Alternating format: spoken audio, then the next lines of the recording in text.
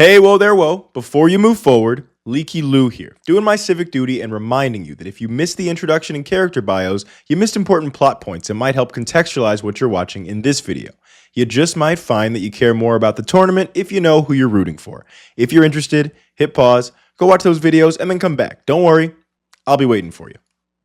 What's good? How's it going? We're here with the Domino City Qualifiers, baby. Episode 2 of Yu-Gi-Oh! Zero Chronicles. First thing I want to say, of course, we got to thank Casual Cooper. Second thing I want to say is, if you have watched Casual Cooper's Master Era, the first few of these videos are going to be similar in the sort of basic setup of what the tournaments are for the first, I don't know, maybe 5. That's a little bit of a spoiler for what's coming up. I don't want you to think that this is going to be just a one-to-one copy of his series, but I do think that like those first 5 videos are a really great just setup to kind of set up the world, set up the characters, kind of get you into it with the basic players. And I think that around episode 6 is when things will drastically offshoot in a totally different direction. But for now, you know, obviously this is very similar to the Clown Carnival and was inspired by it, let's be clear, because I do think that his idea for those first 5 Master Era videos was a very great idea for just setting up everything. I don't want you to think that I'm just going to be, I'm already biting his whole flow, word for word, bar for bar, but at least maybe word for word, maybe not bar for bar, you know, or one of the other, vice versa. I don't know. Anyways, let's get into the tournament here. Our first match of the day is Yugi Muto versus Miss Chono. Miss Chono having a chance to get revenge. He did, of course, beat Periwig, and you know, she is allied with him for now. Okay, there we go. He starts with Muka Muka, sets a card. He set a card that didn't protect Muka Muka, which is interesting because it would seem like if it wasn't going to protect Muka Muka, you wouldn't set it there. She sets the use the equip spell afterwards, which is, you know, makes sense. He gets the Pot of Greed, sets a card. I'm going to guess that's like an Apprentice Magician or an Old Vindictive, perhaps. Mysterious Guard, very nice. That gets rid of both of the equip spells. Very good play there. He's got a Blackland Fire Dragon coming down, hitting the Flying Kamakiri. Of course, that's beautiful. Going into the Flying Kamakiri, she does not have a fusion play to set up, so she's just going into more floaters, as she has a right to do. Going into Skull Redbird here, of course, you kind of have to do it to get rid of the Blackland Fire Dragon, but you do want to potentially keep that for fusion plays. So, not the ideal play if you're Miss Chono, because, yeah, as he go here, it is destroyed. So, unless she has another one, that might have reduced her ability to get a stronger monster out in the future. But again, you do have to get rid of that Blackland Fire Dragon. Gust Fan from the Flying Kamakiri coming down. Mystical Space Typhoon. That's not as punishing as it normally would be as a Battle Trap, of course, because you can always float with that Flying Kamakiri, but you're out of Flying Kamakiri. You just go into Takahi here. That's a good choice. Not going into Faith Bird because you want to potentially be able to draw that later for fusion plays. Miss Chono no longer has Temple of the Skulls in her extra deck because it's not very good, and so she doesn't need to run that other, what is it, that zombie card. She can just run Takahi now. Confiscation coming down. She actually didn't have Confiscation in the last tournament. I forgot to give it to her, even though she is a teacher, so that's good. And then Blustering Winds is one of her new spell cards. Very powerful. Well, in this era, it's kind of powerful. Increase your attack wins by 1,000, but only for one turn and one opponent's turn. So that is going to be game 1. Anyway, Dust Tornado hits the Magic Cylinder. The fact that she played Dust Tornado means she must have a play she's going for. Yep, there it is. The Punished Eagle, her mini boss. Hitting the Destroyer Golem, getting in directly with Flying Kamakiri. And Follow Wind afterwards. It does make sense. Again, it's always difficult this early on. Those equip spells are so valuable. Oh, Dark Hole. Playing it on main phase 2 does make sense. If there is something that can destroy your monster during the battle phase, you get to save your equip spell, and it kind of just protects you from their big boys. Specifically, in that case, that was to protect against Dark Red Enchanter, I believe, which is why that was specifically a kind of a good play. Because that Dark Red Enchanter has exactly enough attack points that it would have been able to destroy the Punished Eagle if she hadn't played that. Unfortunately, he had Dark Hole, so it goes back to that same old equip spell mind game that I mentioned in the last one, and that is going to really define this tournament as well, I'm suspecting. The back to the front on the Destroyer Golem was interesting when he didn't even have a tribute play to set up, but again, I guess he had no monsters and wanted to get rid of that Takahi, and it ended up working out for him. That is one of his new cards back to the front. It is quite powerful, quite powerful. DD Warrior coming down to hit directly. You don't usually see that, but he has no other monsters, so he's just doing what he can to get damage off. And with so many monsters on the field, and her not having Dark Hole, oh my god, she's totally bricked. What's going on there? What's going on, sister? Oh no, I think you have to set King of the Swamp there just to potentially not lose. Oh, because you had Phoenix Wind. Oh, well, never mind. 7 tools of the Bandit. Actually, I think he had the game anyway. Maybe I wasn't paying that close attention to the life points. Anyway, Yugi is going to take both games 2-0ing Miss Chono. Next up, we have Fortuno versus Shogu. So we have a set face down, turn 1, and Mass Dragon coming down from Shogu. And it's a Big Eye. Looking at the top 5 cards of his deck. Fortuno. Okay, I mentioned last time that Eye of Truth comes to the downside of giving your opponent a billion life. Reasoning. He chooses 5 to play around Magical Marionette. What's it going to be? Aquamador, that's one of his new cards. Mammoth Wajat coming down, taking a look at the face down. It's a Dragon's Bead, horrible card. Didn't see it go off last time. Hopefully, maybe at least once in this tournament, it will do something. But Fortuno, so last time the Eye of Truth was so damaging for Fortuno's deck. I have found a way to offset that with a new card that he has. Hopefully we will see that in this game. Mass Dragon going into Mass Dragon. Man with Wajat going. Oh my god, he's got all the floaters, but he has no boss monsters yet. So he's not in a bad position, but he does hopefully need to get... okay, he's got Dragon Dwelling in the Cave face down. That looks like that's what that is. That's not bad. Man with Wajat, seeing the last face down. Now we have knowledge of all three of his face down. Dragon's Bead, Rush Recklessly. Threatening Roar is interesting there. Oh, and Mind on Air is going to... Why Threatening Roar? Why Threatening Roar? When you have Dragon Dwelling in the Cave face down, what's the point of the Threatening Roar? I'm very confused. Let your monsters die. Let them float. Who cares? That was so weird. Why would you do that? Okay, I'm just... he even had a 2K Defender. Like, save the Threatening Roar. What's going on there? Anyway. Oh, Rush Recklessly. I was going to say save it for this moment, but he had Rush Recklessly to do that anyways. Now he can get into his boss monster with his new monster, the Light Hex Sealed Fusion, which, by the way, the Hex Sealed Fusions, I'm also kind of considering... I almost considered adding this to the intros, like having a little portion of the intro. I might do this going forward, but I might not. It just kind of depends on how much I'm able to kind of think through. There's already a lot of work that goes into the story and character beats, so it would be a little bit of an extra thing. But I was considering adding like a meta update to the beginning of some of the videos to kind of explain how the meta has advanced. In this one, the way that I'm considering the... Oh, there it is. Ominous Fortune Telling is his card. That's going to allow him to do potentially 700 damage per turn by guessing a card in the opponent's hand. It really goes well with his deck. Obviously, it's extremely thematic for his deck and is exactly perfect to offset some of the bad parts of Eye of Truth. He does have 3 copies of this, so I was pretty happy to find this, and I was really sad that I didn't see this earlier, so I couldn't have added it. Kaiser Dragon, the second Kaiser Dragon coming down. That's crazy. Hex Sealed Fusion. That is the sort of new card that came out in between this tournament and the last one, and that's going to allow a lot of the fusion players to play a lot more strategically with their fusions, because you can always float into a Light Hex Sealed Fusion or float into one of your fusion materials and then normal summon either the fusion material or the Sealed Fusion. Get rid of one of the Kaiser Dragons. That's good. Dragon Treasure coming down to, I guess that makes sense, because if he gets Magical Marionette, then Dragon Treasure can be a dangerous card to play. It also obviously prevents Ominous Fortune Telling, but there it is. That's the downside of playing the Equip spell. Now your monster is worthless. But anyways, the Sealed Fusion cards allow a lot more strategic fusion plays in a lot of the decks. It's especially good when your fusions... When your fusion monster, your fusion materials, and the Hex Sealed are all the same attribute, because then the same floater can go into either one of your combo pieces, like Winged Dragon or Fairy Dragon, or one of your Sealed Fusions. There is no Wind Hex Sealed Fusion, and Kaiser Dragon is a light monster, obviously, so the Sealed Fusion can't be searched. Ooh, he's getting big with these Book of Secret Arts. He's going all in Magical Marionette. That's quite good. I don't know if you do both Book of Secret Arts there. I don't know if I see that, because he doesn't have enough stuff to get a fusion play out anyway, and you might want to save one. But also, if he loses... Oh, he's got 100 life points left. No, never mind. Of course. This is your last play. If this thing dies, you lose, so you might as well go for it. Is he going to come back with 100 life points here? Because, okay, Swords of Revealing Light is really, really good. Really, really good. Doing 700 per turn, that Swords of Revealing Light, you are going to still be taking damage here. He has another set, probably because he needed it, just in case something bad happens. Oh, no, it's 6 cents. Is he going to get it? 5 and 6? It's a 2 again. It was a 2 every time last tournament, I think. It has only ever been 2s. Wow. Yeah, I also forgot to add... I'm going to say it now. I forgot to add the Sealed Fusions. I noticed this after it was too late and the decks had been sent. I think that I forgot to add it to Kariko's deck, and I forgot to add it to Wisteria's deck. And they both should have had a Dark Hex Sealed Fusion, and I forgot to give it to them. So, oh well. I am sorry about that. This game is coming down to the wire, man. What does he have? What does he have? The face down. He might not have anything. He might have just set everything to prevent... Is this game? Fortuno... Oh, no. This is game.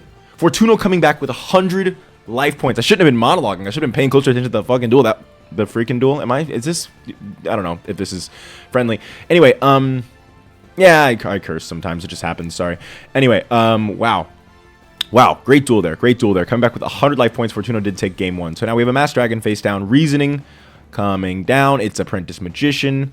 Does he have the Magical Marionette? He does not. Or maybe he doesn't want to get rid of his Apprentice Magician. That's a good card. He doesn't need the Magical Marionette quite yet. Fairy Dragon. That means we have either a Hex Sealed Fusion in hand or a Poly, and we're going into Kaiser Dragon. Let's see it. Light Hex Sealed Fusion. There it is. That is the combo I was just talking about. And you can see how if his monsters were all light, then being able to Shining Angel into either the material or the Sealed Fusion would be better. But alas, it is better in some decks and worse in some decks. And some people can't use them at all because their fusions are not dark, light, or earth. Why are they only 3 Hex Sealed Fusions? Doesn't make sense to me. I feel like they could have found space. They could have taken away one of the damn vanillas in one of the early sets and given us another. Actually, I don't know when they came out. They weren't in the early sets, but still, whenever they came out, every set up until like Every set has just cards that are just completely worthless, especially in like the GX era where I think the Hex Shield Fusions came out around that time.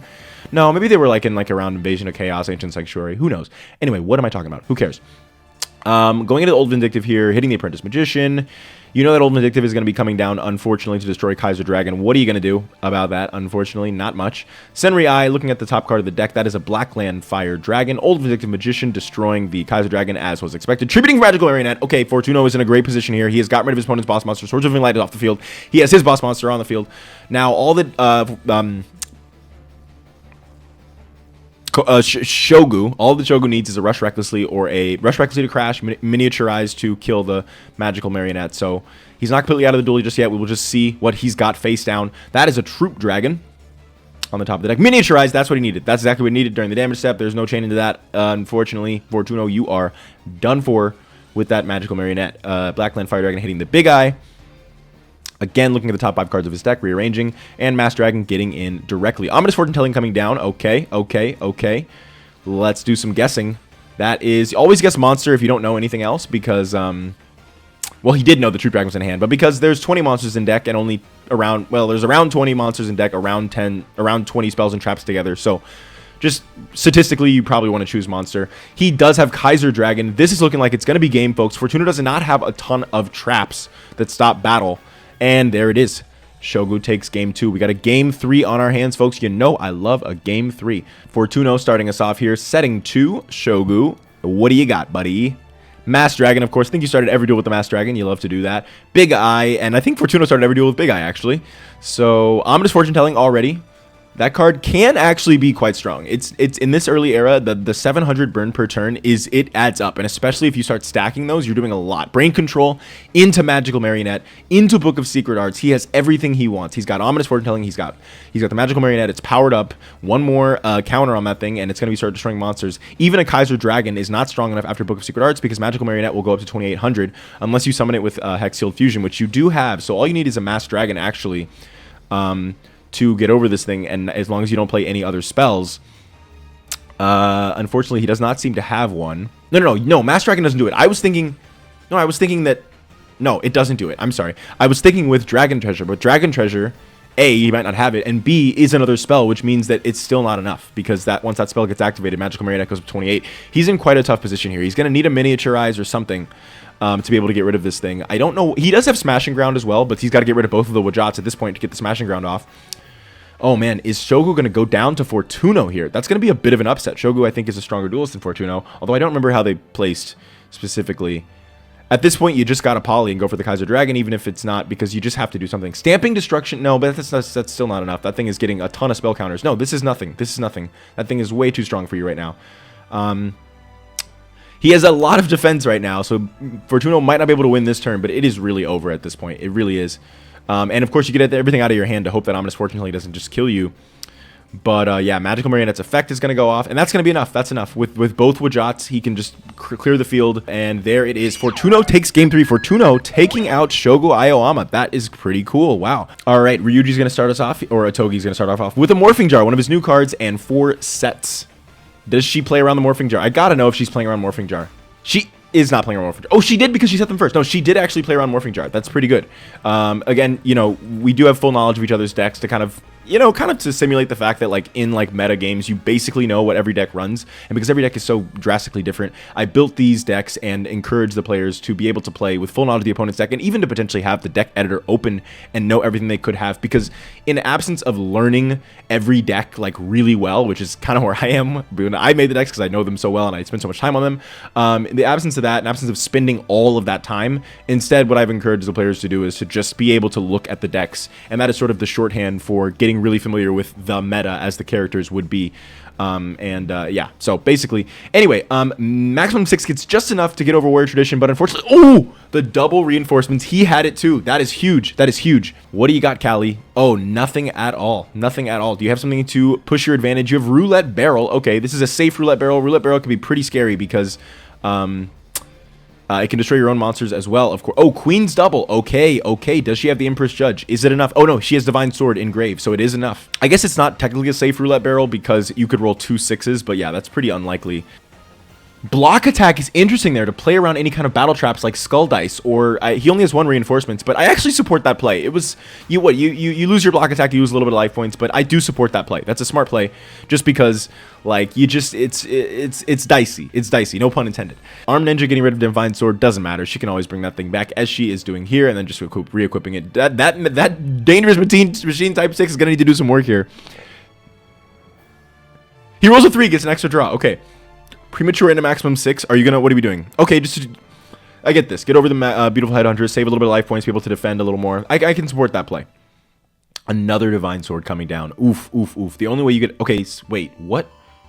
Oh, Skull and Graceful. It's the Jonochi play, and it wasn't enough. Oh, he's done for. It's over. He used both Skull and Graceful, and it wasn't enough. That was 27 to 19. You needed 2 4s, I believe. Whoa, what is this song?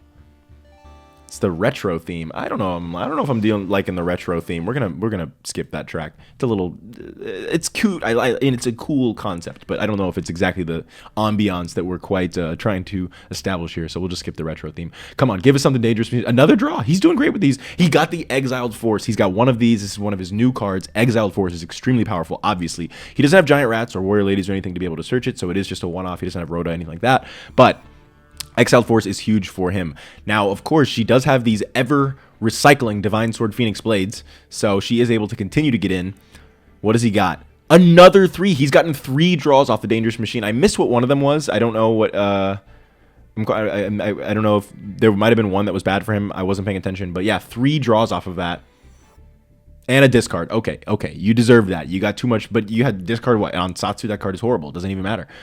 Okay, he's staying in the duel here, but she has got a huge amount of advantage over him right now. 6, and there goes the Dangerous Machine. I would say that is overall a very successful Dangerous Machine. It is, in fact, as the name suggests, quite dangerous. So, Roulette Spider, what do we got? A 1, having your life points. Oh, Otogi, it is over, brother. You're done for. Okay, going into game 2 here, Dangerous Machine Type 6 coming down, and a face down. He has no monsters in hand, because he doesn't have fusions or anything that he wants to set up for it, so it's not like he's saving materials, I would think. He has no monsters in hand, and she already has Empress Judge, her boss monster, and Warrior Lady of the Wasteland. Oh my god, Otogi, I don't know, man. It's not looking good for you, brother. It's not looking good for you at all. The game 2, you're down extremely. Dangerous Machine, he got the discard, and he is tribute to the Doomed. Okay, you know what? I spoke too soon, Otogi. All of a sudden, you are looking really good. You're in a great position. Wow, he is getting so... Dangerous Machine is so often, every time, even in testing and stuff, it just continually somehow, like, just leads to bad situations. But Otogi is just getting so lucky here. He got a 5! That's huge! That's huge. That's amazing. Dude, Otogi, man, he is actually the master of dice. He's getting so unbelievably lucky, and she is bricked. 4. Okay, she gets a draw. That's actually quite bad because she needs 3 cards for any combo plays, and so that is going to allow her to have 3 cards. She could potentially get a combo play off here. What does she have? Okay, just a set and a set. Okay. Not out of the game yet. A 2 and discarding another card. Oh my god. He does get the 3 on Dice Foon. He's going to go for game here. That Michizure would have been huge. He does get the 3 on Dice Foon, and that's going to be the game because of the 3. Wow. Okay, Callie's starting us off with 2 sets. What do you got, Otogi? Show us something. Twin-Headed Wolf. Hitting the Ken on the Sword Mistress, okay, and setting 2 of his own. King of the Swamp, here it is. She's got a fusion play already. Callie loves her fusions. Polymerization into Warrior of Tradition, and Hibikime coming down. Enemy Controller. This one, it's game, it's game shop, he's gamer. Okay, 6 cents. 6, 5, 4. Okay, we have not seen a 6 cents go off yet in any tournaments, unfortunately. Summon Dice. You want to play Summon Dice when every one of the rolls could be useful to you. So you have a Tribute Monster in hand, you have something else in hand, and then you have something engraved that you could revive. So, yeah, he did actually, whatever he got there wouldn't matter. Warrior of Tradition with Back to the Front at the end phase, that's huge, huge, huge. She does have Back to the Front because it is like a warrior kind of ish card. So it definitely fit for her deck. That's one of her buffs in this tournament. He's got a face down monster. I'm not sure what that is. Oh, I think it's a Shadow Stalker or whatever the hell that thing's called. Yeah. I think you go for Mystic Tomato here just to get rid of the Sword of Dark Destruction, even though he's going to float afterwards. I think you just really want to get rid of that. MST on the face down, it's Skull Dice. Okay. All right. Mystic Tomato floating into Mystic Tomato. Okay. And she has another set. It's looking real good for Callie at this point. She's got just a lot of face downs. I mean, it's really anybody's game, but I just feel like those 3 face downs, her face downs are really good. She has there's a lot of decks that don't have a huge amount of battle traps, like Fortuno, for example. Callie has so many. She has 3 reinforcements. and something else. She's got other stuff too. Okay, I don't remember exactly what it is right now. Needle Wall. Okay, Needle Wall is not like Blind Obliteration. That card is good. 6, 6, 3. Oh my god. Otogi is the master of dice. What's going on? He is actually the master of dice. He rolled 2 6s. If you roll a 6 on Needle Wall, it re-rolls, and you got a freaking 3. That is huge. That's absolutely huge. That is just like, wow. Wow, wow, wow, wow, wow. He can't keep getting away with this. He can't keep getting away with this. Crimson Ninja hit that face down. It is a reinforcement. Okay, good, good, good. Needle Wall again. What are you going to get? A 6, a 5. Okay. All right. All right. Ryukishin powered. They're going to try to destroy those warrior ladies as best as possible. I don't know if you attack here because she could go into... Oh, you know what else? Callie does not have Earth Hex Shield Fusion, which she maybe should. But I don't know. It didn't really fit her. I really do like to... I spend a lot of time actually trying to match theme and power in decks and really trying to like go... this is like what makes this fun for me is the deck building of like building a deck that works, has strategies, has combos, but also all of the cards feel like they fit the theme of the deck. That's really important to me. He hit the 4 on Roulette Burial, but Michizure is good here. Michizure was one of the other, not like Battle Trap per se, but close. Invader of the Throne in attack mode is interesting here. I think I would have just said it there. He's not low enough for that life point damage to make that big of a difference, and being able to defend with... Oh, but Needle Wall is the thing. I think she was doing that because, like, look, like, at any point, this MF could just roll a 3. So, you know, I'm not playing those games. I need to just get in and do damage. So I do support that, actually. Blind Obliteration is best card, and that's obviously going to be enough. That's a 7, and that's going to destroy all of her monsters. Okay, it is really anybody's game at this point. They're basically top decking. Oh my god, he sets the Morphing Jar. I do get it, even though she's bricked, you're bricked too, or bricked, you know, out of cards. It's risky. It is obviously extremely risky. But his life points are low enough that, you know, if he doesn't draw a monster soon, he's going to just keep taking damage. And at that point, it's like, but she's not drawing anything. So at this point, the Morphing Jar was kind of a mistake. But, you know, neither of them are drawing anything. I just think, I don't know. I could see it going either way on using the Morphing Jar at that point. But yeah, I didn't think, her Deck Shield Fusion is just so monstrous. And her deck is fine already. I mean, already King of the Swamp is in there, right? So I guess at that point, might as well have just done it anyway. But yeah, I didn't give her Earth Deck Shield Fusion. I don't think. Oh no, you know what else? Here's the other reason. I think that this is what put me over the top. If she had been able to float into Earth Hex Shield Fusion and her monsters, then it would have been too good to take out. But she actually doesn't run Giant Rat, right? She runs Warrior Lady of the Wasteland, so she can't even float into to Hex Shield Fusion. So, oh, Dice Reroll is interesting. What is he doing here? Dice Jar? Are you crazy? A 6? He got 6. What? He didn't even use the Dice Reroll. He didn't even use the Dice Reroll. That is an insane play because he could have just lost there. With the Dice Reroll, I mean, I get it. I mean, the odds of you losing are very slim. Like, just losing the duel straight up. But actually getting the 6,000 damage. And then she draining shields to get her life points back up afterwards. I mean, wow. What a game. What a game. Block, attack. Oh my god. That card is so good. It's doing so much work. Oh my god. This is an incredible game. This is an incredible game. This is an incredible game. It is, like, no matter what happens, this is an incredible game. Getting the 6 on Dice Jar is crazy after the Dice Reroll. And then he Morphing Jars. What is going on? This is the riskiest... Who is playing Otogi right now? I'm like, what? Which one of my friends did this? Like, that is crazy. That is exactly what he needed for game. What a game. What are we watching happen before our eyes? That was just incredible. Dice Jar... The insanely risky Dice Jar play. I guess I understand using Morphing Jar there because it is your main phase and you want to try to just go for game if you can right in that moment. But wow. Wow, wow, wow. Just getting the Dice Jar, doing 6,000 damage, and then she draining shields her life points back up. The block attack play, and then maximum 6 into Graceful Dice with exactly the roll you needed. All you needed was higher than a 1, and you get a 2 and take the game before she even gets a chance to get any of the benefits of that Morphing Jar. And looks like she had quite a few benefits from that Morphing Jar. She would have had quite a few plays there, so that was huge that he actually took the game in that moment. Anyway, sorry, I'm gushing over the game. We don't have time to gush. But Ryuji Otogi takes it, and that's huge. Both of those players really are desperate for that victory there, so that was quite good. I think that I'm excited to develop potentially a friendship there between the two, or something. I'm not sure what it's going to look like, but yeah. Next up, we have Grandpa Muto versus Koji Nagumo. Grandpa's deck is interesting. It took a while to balance it, because for a while, it was just extremely... It just won every duel, you know? And so... These Sangans, they're tough. It was tough finding a balance with him. And so I'm interested to see how he's going to do. it's like a few tiny changes makes the deck way too weak or way too strong, and it was really hard finding that middle ground there. And Adrian on Mystical Elf is interesting. Oh no, you know what it is this was something that we talked about. You gotta play extremely aggressively against Grandpa's deck. That's one of the reasons why he's able to win. Is if you are not extremely aggressive and just going for plays, like play, you have to just go, then he will beat you. Because the Exodia play, he does have a lot of these like silly, like, you know, Yugi Mudo ass like vanillas and stuff, because that is part of the deck. But he does have 3 Sangans and 1 Witch.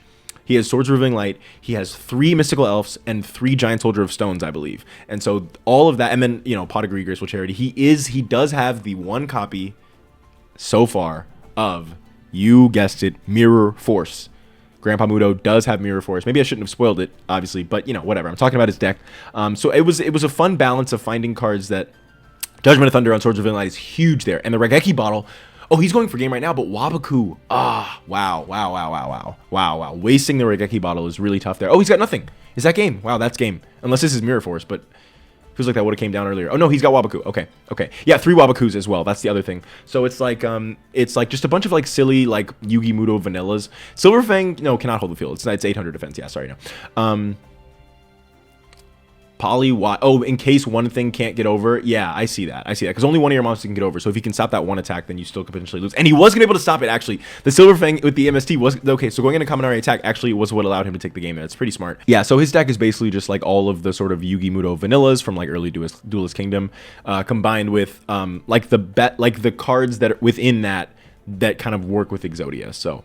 I'm pretty happy with it. I hope that we get to see some Exodia here, because I didn't make it too weak. I feel like I feel like this is one of the stronger decks. So I'm really interested to see how this is going to go. Summon Skull hitting the Shining Angel, and Swords coming down. Okay, that's going to protect it from Twin-Headed Thunder Dragon. Swords is like the worst card to when you like against Grandpa. If you see him play Swords, you are scared, because that like 3 turns is enough for like basically at any point he could just take the game with Exodia. His deck is quite good. It's not hard to get Exodia with 3 Sangans, 3 Witches. There's just a lot of draw. There's like a lot of search power there. So no, it's 3 Sangans, 1 Witch. Originally 3 Sangans, 3 Witches. That was the last change that I made. 3 Sangans, 3 Witches was too strong. It won every game. Especially because you have Monster Reborn to bring back the Sangan or the Witch, you know, and it's just, yeah. Okay, he's going into Twin-Headed Thunder Dragon here. It's look, he was saving that for when Swords was no longer on the field. Getting it on the Summon Skull. Mirror Force. It's so tough because, again, you have to play extremely aggressively against Grandpa. Wow, he has the polymerization into Kaminari attack as well here. That's pretty cool, which means he must have some kind of face down to prevent that Summon Skull from going ham on him. The thing about the contra... Oh, he really just... Why did he... What was he? Okay, I have to know now. Did he forget that he needed a card in his hand for Regeki Break? What was that play? That was crazy. Was that because maybe he felt like he was going to lose the duel just to battle if he didn't do that? I'm not sure. Regeki Break on Feral Imp is interesting there to... What was that? To stop the... To stop his next draw, I guess? I don't know. That was weird. I probably would have just gone for Summon Skull there. Oh, because Rider's on Summon Skull. That's right. Summon Skull can't attack. That's why he went for the Feral Imp there. Mirror Force is especially good in Sugoroku's deck here, because the thing is, like I said, you want to go all in, because at any point he could just get the cards that he needs to get Exodia like the next turn. So you have to be extremely aggressive. But because he's the one player with Mirror Force, there's a contradiction between needing to go all in and be extremely aggressive and knowing that at any point that face down card could be a Mirror Force. And there it is, Exodia. Okay, great, wonderful. So that's one of the reasons that makes it that Grandpa is very tough to play against, because you know, you just never know if that's a Mirror Force and you shouldn't go all in, or if you have to go all in. And I think that it's probably best to just err on the side of just going all in. And if he gets you with a Mirror Force, you just have to take that as an L. But I don't know, it's tough. I mean, obviously there's a middle ground between like using every single resource at your disposal and like playing extremely slowly. So I don't know, maybe there's something there. But anyways, Beaver Warrior turn 1 is with nothing else is crazy. Twin-Headed Thunder Dragon with Regeki Bottle. That is one of his new cards, obviously. And as I spoiled there, Pot of Avarice is as well. Koji's got some new stuff at his disposal. I didn't know whether to put Regeki Bottle in, but I felt like it was fine. I felt like after a bit of thinking about it, I was like, this is fine. Regeki Bottle is interesting because you have to get rid of it on the 3rd counter, because as soon as it gets the 4th counter, when the attack is declared, it can immediately... We saw this actually already. It can immediately chain to that attack declaration and just immediately use its effect. And it's really scary to play against when he has 4 counters, because what do you do? I mean, I don't know if you get out of this if you're Sugoroku. He has 2,850 life points, and no matter what he does, Regeki Bottle can be chained on end phase. you kind of have to like try to bait it out during the battle phase, and then yeah, no, that's game. Raigeki bottle is there. It is. It took the game. What was in Sugoroku's hand here? Oh, he had a horrible hand. Nothing. I guess Koji's not the person you really want to play against in Sugoroku, because those 2K defenders do a lot against some of the opponents. Like again, every deck except Sugoroku's almost. There have been a few exceptions in this tournament. Almost every deck only runs like at most one 2K defender, and so having 6 can be really good. Anyways, Koji does beat Grandpa Mudo. That's going to be fun. I'm excited to see where that's going to go. Next up, we have Seto Kaiba versus the White Tiger. All right, White Tiger's going to start us off with a Senju of the 1,000 hands going into Super War Lion. He does have 3 copies of Senju and Sonic Bird now. I said last time that I felt like I made a mistake by not giving him all 3 of those after seeing how well Mr. Periwig did with it. Giant Rat crashing. Again, that is the downside of the Manjus, the Senjus, is that they have 1,400. So against the floaters, they are bait. Sonic Bird as well. That's going to be Super War Lion. He's got all the pieces, and he doesn't want to keep that Sonic Bird on the field. So yeah, he's going for it here. Let's see what that trap is. Maybe he's got Wiretap, though. Wiretap? No Wiretap. That is tough. That is tough. Okay, so Kaiba is going in. Kaiba's deck was fun to make. And I know that you're wondering, like, Giant Rat is interesting for him. I think that Kaiba is such a varied deck that you could see a lot of different floaters in his deck. Like, there's obviously, like, Giant Germ is a card that he actually played. There's Mystic Tomato because he has a lot of dark stuff. There's Shining Angel because he has a lot of light stuff as well. I felt like for this tournament, he does not have Blue Eyes Ultimate Dragon. He has Rabid Horseman. And I felt like this is the tournament where I wanted to kind of emphasize, like, in that duel against Shinochi in early Duelist Kingdom, he it kind of shows like how he plays against like duelists that are like a little bit weaker, I guess. And I kind of wanted to like bring that same energy to this tournament. Not that he's not doing his best. Obviously, he's playing with the best deck that he has in our world. But I wanted to take that idea of him from the anime and like kind of focus his strategies on like Rabid Horseman, Judge Man, Sword Stalker, that kind of stuff. And still, obviously, he has Blue Eyes and he has support for Blue Eyes and stuff like that. But the thing that Giant Rat is so good with, it is exactly what I was saying earlier about the floaters and Hexial Fusion. He has Giant Rats can go into Earth Hexial Fusion, and it can go into Mystic Horseman. And so very easy for him to get Rabid Horseman out with 3 Giant Rats. And so I felt like Giant Rat actually ended up working quite well for him. And he does have a lot of Earth stuff, so it didn't feel like wrong. It felt like it matched. Oh, he must have had Rush Recklessly or Ego Boost. Kaiba knows that's coming down, so he just Ring of Destructions early. And that's going to just take the game right there. Boom. Wow. Okay. What did he have? He had Ego Boost. Yeah, Ring of Destruction. And yeah, okay. That's pretty good. That's pretty good. Pot of Greed. Senju again. Love a start with Senju, Super War Lion. And setting a face down. Whether that was for hand size or because it's a good face down, we will see.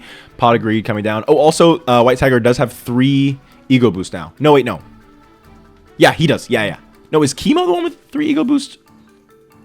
I don't know. One of them has 3 Ego Boost, and one of them only has 1, I think. So maybe White Tiger is the one that only has 1, actually, now that I think about it. It felt appropriate for both of them. Okay, Assault Dogs are gone. Assault Dog, Wild Nature's Release. I didn't even notice that he only floated into 2 Assault Dogs there. That is a desperate play. That is an extremely desperate play to use Wild Nature's Release just to get rid of the Battle Locks. I almost would have just waited one more turn because I know you're taking huge life point damage.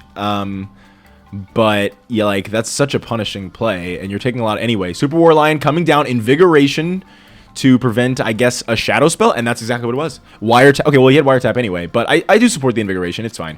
Although if he is able to get a Blue Eyes out, of course, then that Invigoration do not matter. Okay, he does not have Blue Eyes, or he doesn't have a way to get Blue Eyes out, at least. And so you'll know. Oh, okay, he doesn't have Blue Eyes at all. Let's see what his hand is now that we have had it revealed to us. Dragon. Okay, cool. Interesting. So the thing is, I know that there might have been people that cringe a little bit at the fact that Kaiba did not have the original artwork Blue Eyes White Dragon. The thing is, when people have multiple copies of the same card and there is different artwork, I want to make sure that, not multiple copies of the same card, when different people have the same card is what I meant.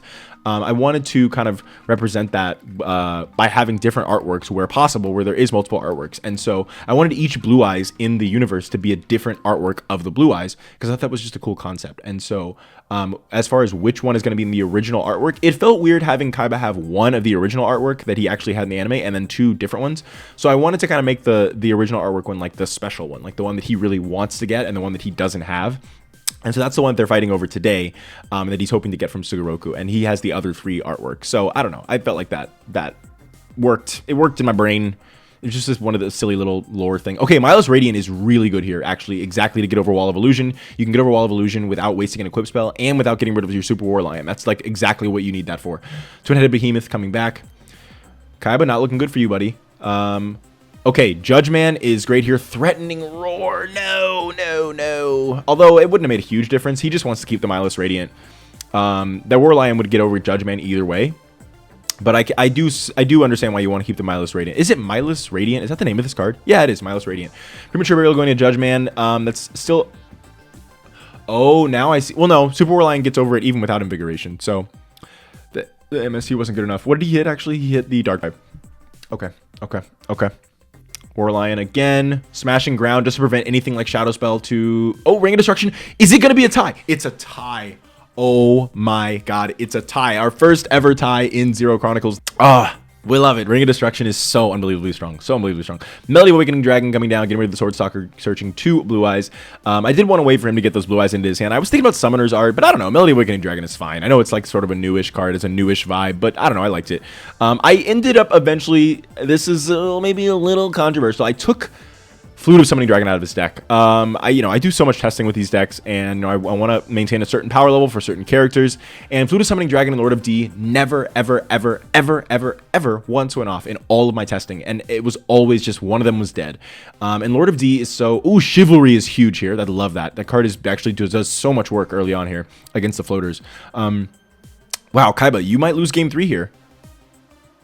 This is not looking good for you, buddy. Mesmeric Control, Dark Bribe. Okay. He said, no, no, man, that's not doing it. That's not doing it. That could be a Shadow Spell, though, or Ring of Destruction or something. He's not out of the game just yet, but...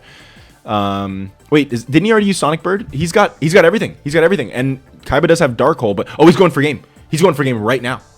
Oh, no, he wouldn't... No, the last game was a tie. I'm sorry. No. If Kaiba loses, it's not over. I forgot last game was a tie. So, yeah, so I don't know. I think that... The one thing is, again, I am always trying to match theme with power. And so the fact that I couldn't find a way without running multiple copies of Lord of D or Flute of Summoning Dragon, or going for, what's that one called? The King of D, to be able to search, which I didn't quite think was appropriate just yet. It's a little too strong. Soul Exchange is huge there. I didn't want to... For Flute of Summoning Dragon to ever go... I don't think it's... I'm not satisfied with a card being in a deck. I want a card to be usable in a deck. I want to actually, the reason when we do this, the reason it is fun is to see them do their cool plays. And so having one Lord of D and one Flute of Summoning Dragon in the deck that never goes off, to me, not worth it. The only way that would be worth it is if you put more copies in, but that's such a punishing... Like, that makes his deck so much weaker. I just couldn't make it work. I would have to change from Giant Rats to Mystic Tomatoes, so Lord of D was more searchable, but at that point, that changes everything else in the deck. And so, there it is. Kaiba takes it. Game 3. And Kaiba won game 1, right? Yes, he did indeed. Okay, so the next game is Minion Serpent versus Ribbon. And so, yes, these are the book lovers against each other. So the way that I will, there is obviously always going to be, there's a level of everything is a result of what just naturally happens in the tournament, and then there's a level of like what is set up beforehand. And so it's always a balance that I'm trying to find here. And so the one thing when it comes to who duels who in the tournaments, the one thing that I have allowed myself to have control over, just because either it's going to be completely random on who duels who first round, or you're going to do a little bit of fixing and kind of try to set up interesting scenarios. So the way that I'm handling that is for the first game in the first round of the first bracket, not even the losers bracket, just the first game of the winners bracket.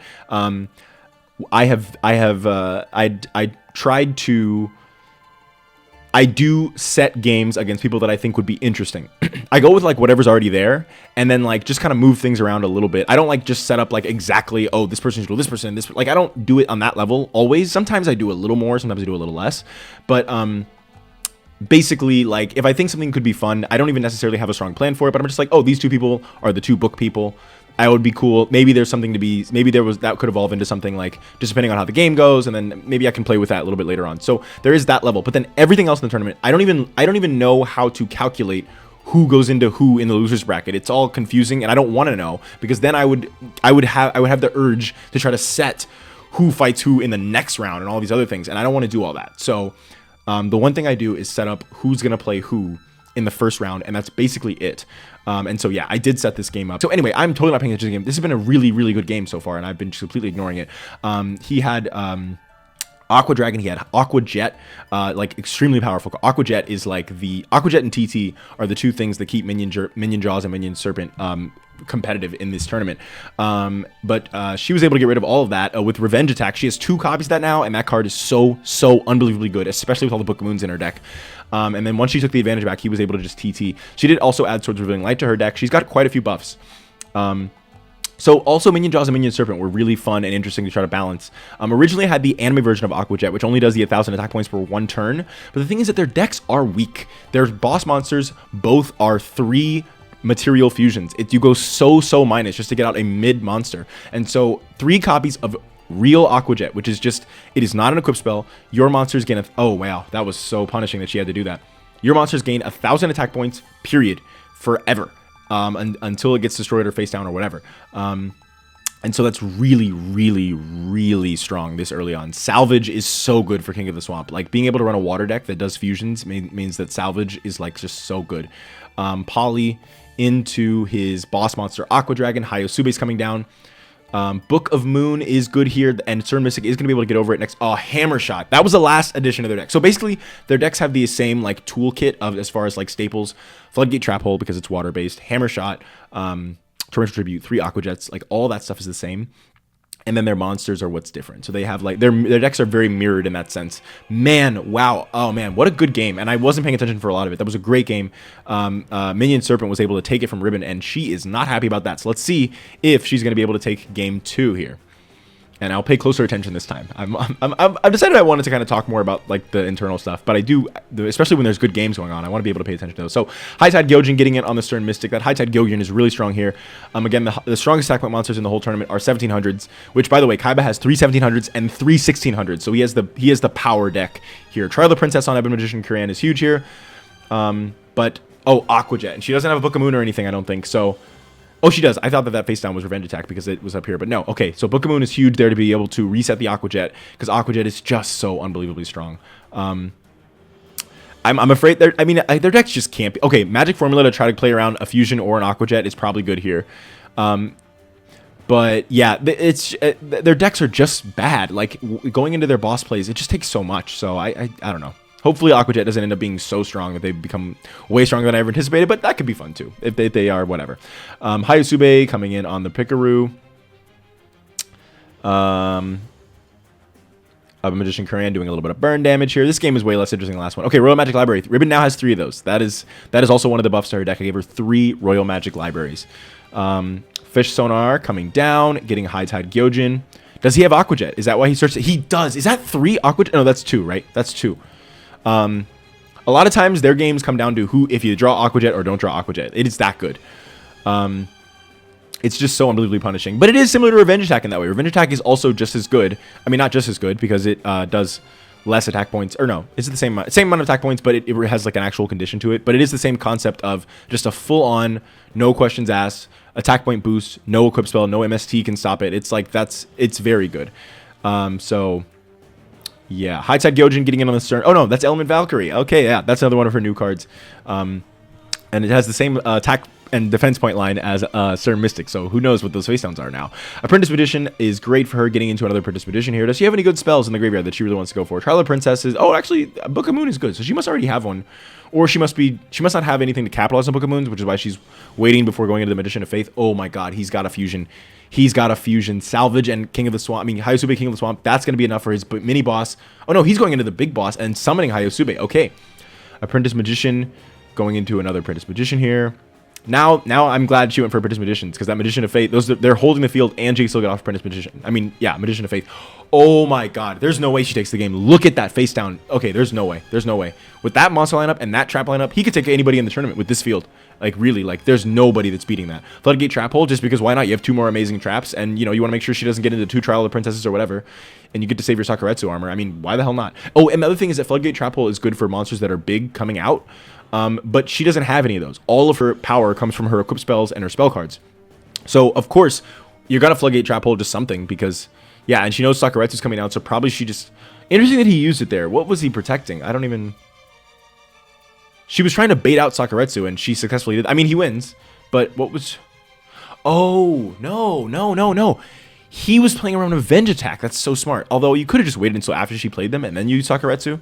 But either way, it didn't make a difference. Yeah, Revenge Attack. She did her best there. But what do you do against a Sakuretsu, a Floodgate, and a TT? Wow, Minion Serpent 2-0ing Ribbon. I did not expect that. They're both really powerful, I think, in this tournament. So hopefully we'll be able to find some success in the losers bracket. Next up, we have Katsuya Jinochi versus Minion Jaws. This is probably going to be a wash. Jinochi is still quite bad. He is doing his best. He's learning. He's practicing. But I just can't imagine. I thought this was fun. Like, you know, Jinochi kind of going against like one of the lesser villains. That's kind of what his vibe always is in the show. So I thought this could be a fun match. I don't know how, you know, two kind of like people that are like, I mean, Jinochi's not stupid at all. And actually, that's part of his character arc is like learning that he's actually not stupid. But there's a lot of jokes about how he's stupid, and they're kind of fun in the anime. So Shield and Sword on the Prevent Rat here is huge. And okay, the thing is, obviously, you want to kind of say that Prevent Rat to hold the field, but when you can get rid of his whole field, including 2 Great Whites, I think you go for that. Wow, he has all 3 of the Great Whites here. Wow. Okay. What do you got, Jinochi? Oh, not much. But yeah, the 2 kind of dumb guys, even though Jinochi's not dumb. And Minion, you know, he's got his smarts. He's got smarts in different ways, right? You know, the term dumb is a little bit silly in some ways, but you know. Armored Lizard hitting in on Tangyo. What do you got? Oh, he doesn't have any, or maybe he's just got a lot of pieces, but not enough pieces to get like a full combo out, so he's saving stuff. But he doesn't have any traps and no Aqua Jets. Polly coming down for Flame Swordsman and Salamandra. Okay. Jinochi. Wait, no way. Jinochi. Okay, he might take 1 game. He did take 1 game last time against somebody. He took 1 game against Rinko last time, which actually I forgot to factor that into the. That's pretty good. I should have factored that into the story actually. Like just, you know, that's big. He took 1 game against the number 2 duelist in the school. Bottom Dweller. He searched Bottom Dweller and didn't have a poly. Wait, no way. Jinochi takes game 1. Oh my god. Guys, Minion Jaws' deck is good. This is crazy. He had no polys and no Aqua Jets. Okay, 1 game. That's fine. It's just 1 game. Pot of Greed coming down. Fish Sonar. I forgot I gave them Pot of Greed. That's pretty damn good. Most of the, like, I don't know. Usually, like, the characters that aren't, like, main big bosses, they're using, like, Jar of Greed and other stuff. So, that's interesting. I forgot that I did that, but it's fine. I mean, their decks need it, you know? Oh, my God. He's got such a great opening here. He's got Axe Raider, Flame Swordsman, and Salamander. Of course, MSC is Salamander. I think that I give him 3 Salamanders now, and I put more of a focus on, oh, Man-Eating Black Shark is huge here. But he's got reinforcements! He's got reinforcements. Wait a minute. No way.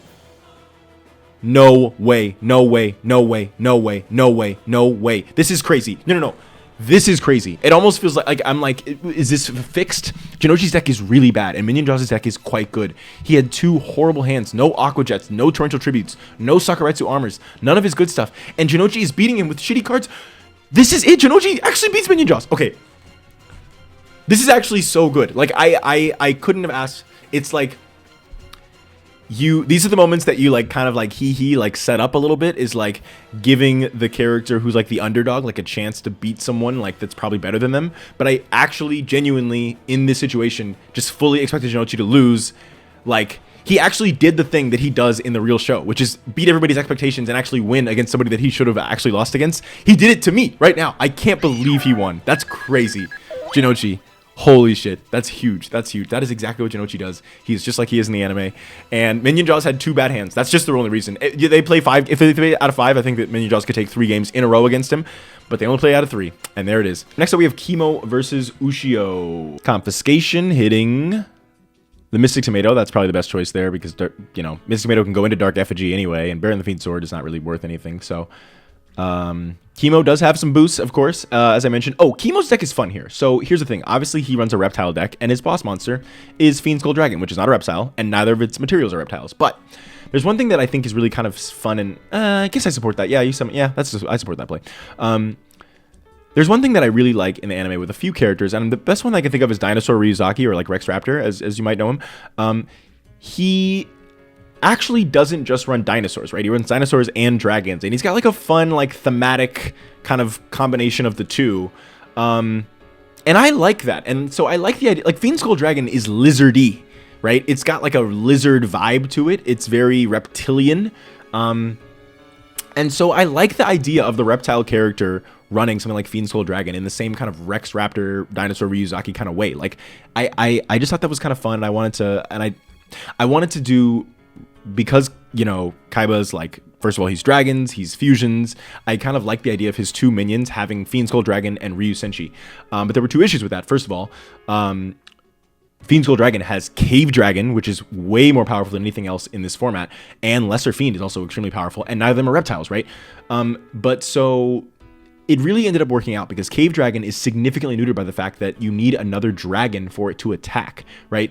And he doesn't have any other dragons except for 3 Cave Dragons and 3 Fiend Skull Dragons. So that's it. So he actually can almost never attack with Cave Dragon. So it kind of is almost like a 2K defender. And so, yeah, it ended up working. I think it's cool. I think that this is like a deck that someone in the anime could run, like mostly reptiles, but then you have the Fiend Skull Dragon as like your boss, as like one of your boss monsters. He still has Bitelon, which is stronger.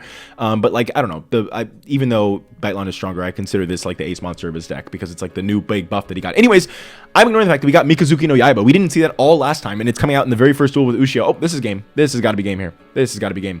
And Cave Dragon can actually attack here because Mikazuki no Yaiba is a dragon type. So yeah, okay, cool. Ushio does take game 1. Come on, Kimo. Kaiba is pretty mad at you. You better not let him down here. Cave Dragon coming down. And it looks like a Mystic Tomato, or no. Yeah, Mystic Tomato, yeah, of course. Okay, Mystic Tomato going into Dark Titan of Terror. Oh, because Cave Dragon can't attack. You contribute for Beast of Tall War here. Yeah, that makes sense. Beast of Tall War hitting the... Yes. Oh, Ego Boost is so punishing here. Okay. Okay, Fissure, because, you know, I guess... I don't know. Do you Fissure there? You can only one of the monsters can attack. I don't know if I would have Fissured there. I would have saved that. Because Fiend Skull Dragon, you know, you want to be able to take that out, or Bitelon or something, yeah. Okay, Ryukishin Powered. He's still in the game. Giant Rat floating into Balloon Lizard. I support that. Put it in defense mode, and you got two defenders. Jar of Greed coming down. I really like the duality of Kimo and Isano's deck, as we'll kind of get into. Kimo is more based on boosting his monsters with spells, and I realized after a bit that Ryu Senshi cannot be equipped. You cannot equip spells to Ryu Senshi because of its effect. So because of that, I ended up really like focusing on the trap spell difference. So like Kimo has 3 ego boosts, and he is one with 3. I remember now. And he's got like equip spells, and he's got more spells. But then Isano has a lot of traps, like Kunai with Chain, Blast with Chain, Reinforcements, like all those things to make sure that their 2 boss monsters, which are relatively weak, only 2,000 attack points, but they have good effects, make sure that they're supported by good cards that can boost their power. Blast with Chain is huge here from Ushio. That's huge. That's huge. That might be game, honestly. And Kimo gets 2-0'd by our good friend Ushio here. That is real punishing. Real punishing. Ushio moving on and taking on Janochi. Oh, that's going to be fun. That's going to be interesting. Okay, next up we have the one and only Diesel Kane versus Mr. Periwig. Periwig starting with Senju, as he is wont to do, and going into Swords of Revealing Light and a face down, which I think we just got spoiled was Annihilating Light, and he's got Skull Guardian. I mean, this is just like, oof. Okay, but also a Senju coming down from Diesel Kane. Oh, yeah, right. Okay, I'm thinking of Ushio's deck for some reason. Diesel Kane's deck is fun, too. I'm having fun. You know, I love the deck, so I like to talk about the deck. So Diesel Kane has 2 boss monsters. Trihorn Dragon is technically stronger than Zero the Man, but Zero the Man is just so Diesel Kane. It just really fits his... I mean, even like when I was doing the intro cards, I was like, wow, their color aesthetic really matches too. But Trihorn Dragon and Zero the Man have to be related in some way. I would like to be able to compare them to each other and show them side by side. Eventually, I'm sure we'll see at some point they'll be together. They are so similar, and I just felt like having both of those as your 2 boss monsters like is really cool, and also just like obviously extremely powerful cards. The only person with stronger like just facial attack point monsters in the tournament is Kaiba with his 3,000 attack point Blue Eyes, obviously. But yeah, I really like Diesel's deck. Okay, Skull Guardian, Senju into Element Doom. Sonic Bird, okay, he can get a Zero the Man out, but he's going to take a lot to do it, and he got 2 face downs he's got to deal with. This is not looking good for Diesel. What do you got? Zero the Man, hitting on Skull Guardian. Infinite Dismissal is one of Mr. Periwig's new cards. This is the anime version of this card, and it basically just, it is similar to like Aquajet and stuff, where it's not an equip spell, it just says, hey, you can't attack forever, just period. You can't destroy me, you can't MST me. Oh, but he's got another Zero the Man that he uses the first one to tribute. That's actually quite good, Okay, Annihilating Light is so punishing. Okay, that is Mr. Periwig's Dark Hole, as we learned last time. Shining Abyss coming down, hitting directly. What do you got, Diesel? He has a decent amount of Graveyard Revival, and he has a lot of Monster Destruction. That is what keeps his deck going. It's his staples, really. He's got extremely powerful boss monsters that aren't that hard to get out, and then a lot of staples. That's what it is. So yeah, Premature Burial after summoning Zero the Man is amazing, right? Mr. Periwig is not looking good here. He's already used his best Monster Destruction, and unlike in the last tournament, he's dealing with someone who just has monsters that have way more attack points. So even if he gets that Skull Guardian, what does that mean? Doesn't mean anything. A Skull Guardian and a Shine Palace isn't getting over Zero the Man. So tough position, tough. You need a Luminous Soldier and like an Elf Slide or something. Soul Taker, that'll do it. That'll do it. But do you have something else? Joe, you don't have any monsters. Oof. Diesel Kane took game 1 quite easily there. Come on, Mr. Periwig. I was hoping this would be like a fun, interesting match. I was hoping there would be going to be a lot of back and forth. I mean, there was back and forth, but come on, you can't let yourself be 2-0'd here. You got to at least do something. Senju into Skull Guardian. Their decks are quite similar. Okay. Elemensaurus coming down, hitting the Senju. And what do we got? Shining Abyss, Novox's Prayer. We're going big here. Shining Abyss getting on the Elemensaurus. Skull Guardian hitting in directly. All right, Diesel, what do you have? What do you have? Diesel Kane, Dark Effigy, Stim Pack. Diesel has 3 copies of Stim Pack. That is his good equip spell. You know, the equip spells have been getting a lot better since the last tournament. Oh, Luminous Soldier is exactly what we need to get over Dark Effigy, and that's perfect. Yeah, so that's the other reason Diesel's deck is so strong, because he just has that easy... Okay, there we go. We're going to compare these. Look at Zero the Man, and then look at Tryhard Dragon. Oh, come on. They're so similar. What's going on with that? They look so similar. I don't know. Something about a deck that had both of those. I liked it. I don't know. I liked it. I don't know. Okay. Zero the Man hitting in the Senju. God, that's Zero the Man. It's just so strong. The big, I mean, I do really love, the thing about that I love about this like Season 0 era is that just getting a big boy, there's a decent amount of Monster Destruction depending on the deck especially, but like just getting a big boy, it just matters. It still matters. Just getting a big guy. It's a big dingus on the field that could just beat your opponent with a big fat stick.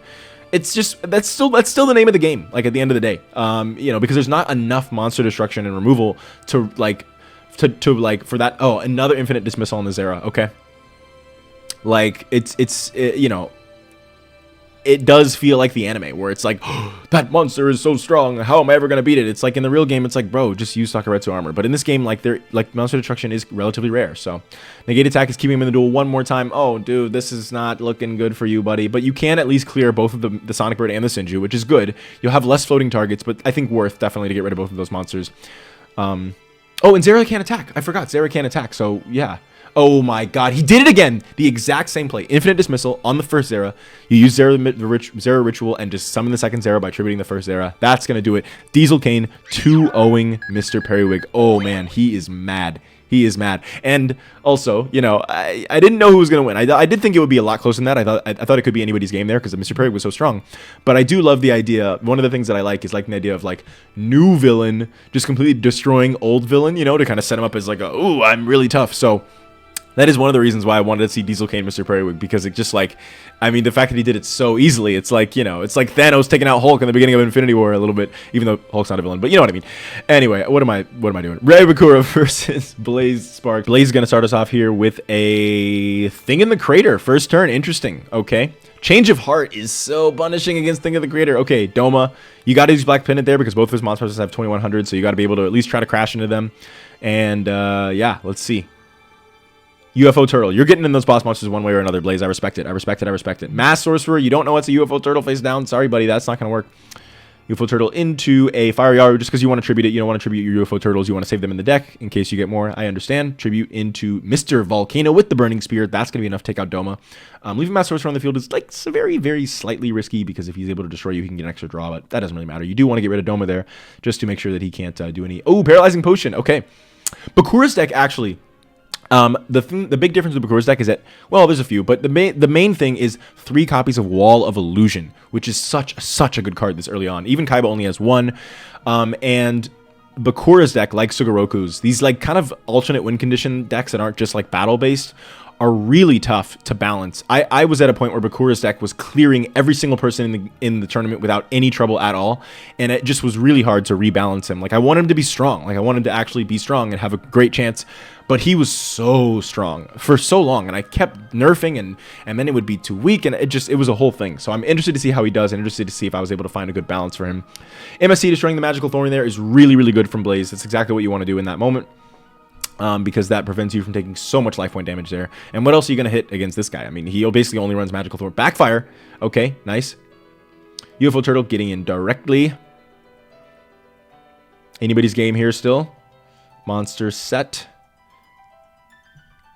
Molten Zombie coming in on the... Okay, just desserts because this is going to destroy something. It's a Wall of Illusion. Oh, and Blast with Chain. Worth it to get rid of the Blast with Chain. I mean, to get rid of the Wall of Illusion, I think. You lose Blast with Chain, but you are able to get over Wall of Illusion, and that thing can be so annoying to get over. I mean, again, because there's no level 4 monster in the whole tournament that by itself gets over Wall of Illusion. Just period. That by itself means that to get over Wall of Illusion, you have to waste an equip spell or use a tribute and then have that tribute go back to your hand and then summon it again or get rid of it by wasting one of your very precious monster removal spells. That's why Wall of Illusion is just so good.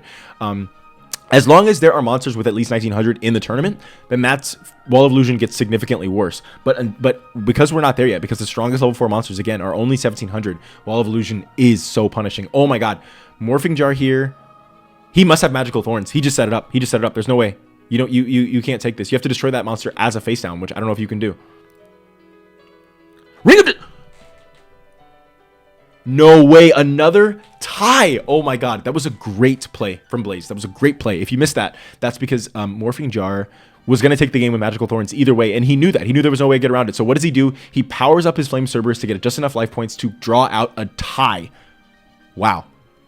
Wow. What a play, Blaze. What a play. What a freaking play. Because he didn't have enough life points. If he didn't use the Burning Spear, right, he would have just lost. But he got just enough to tie.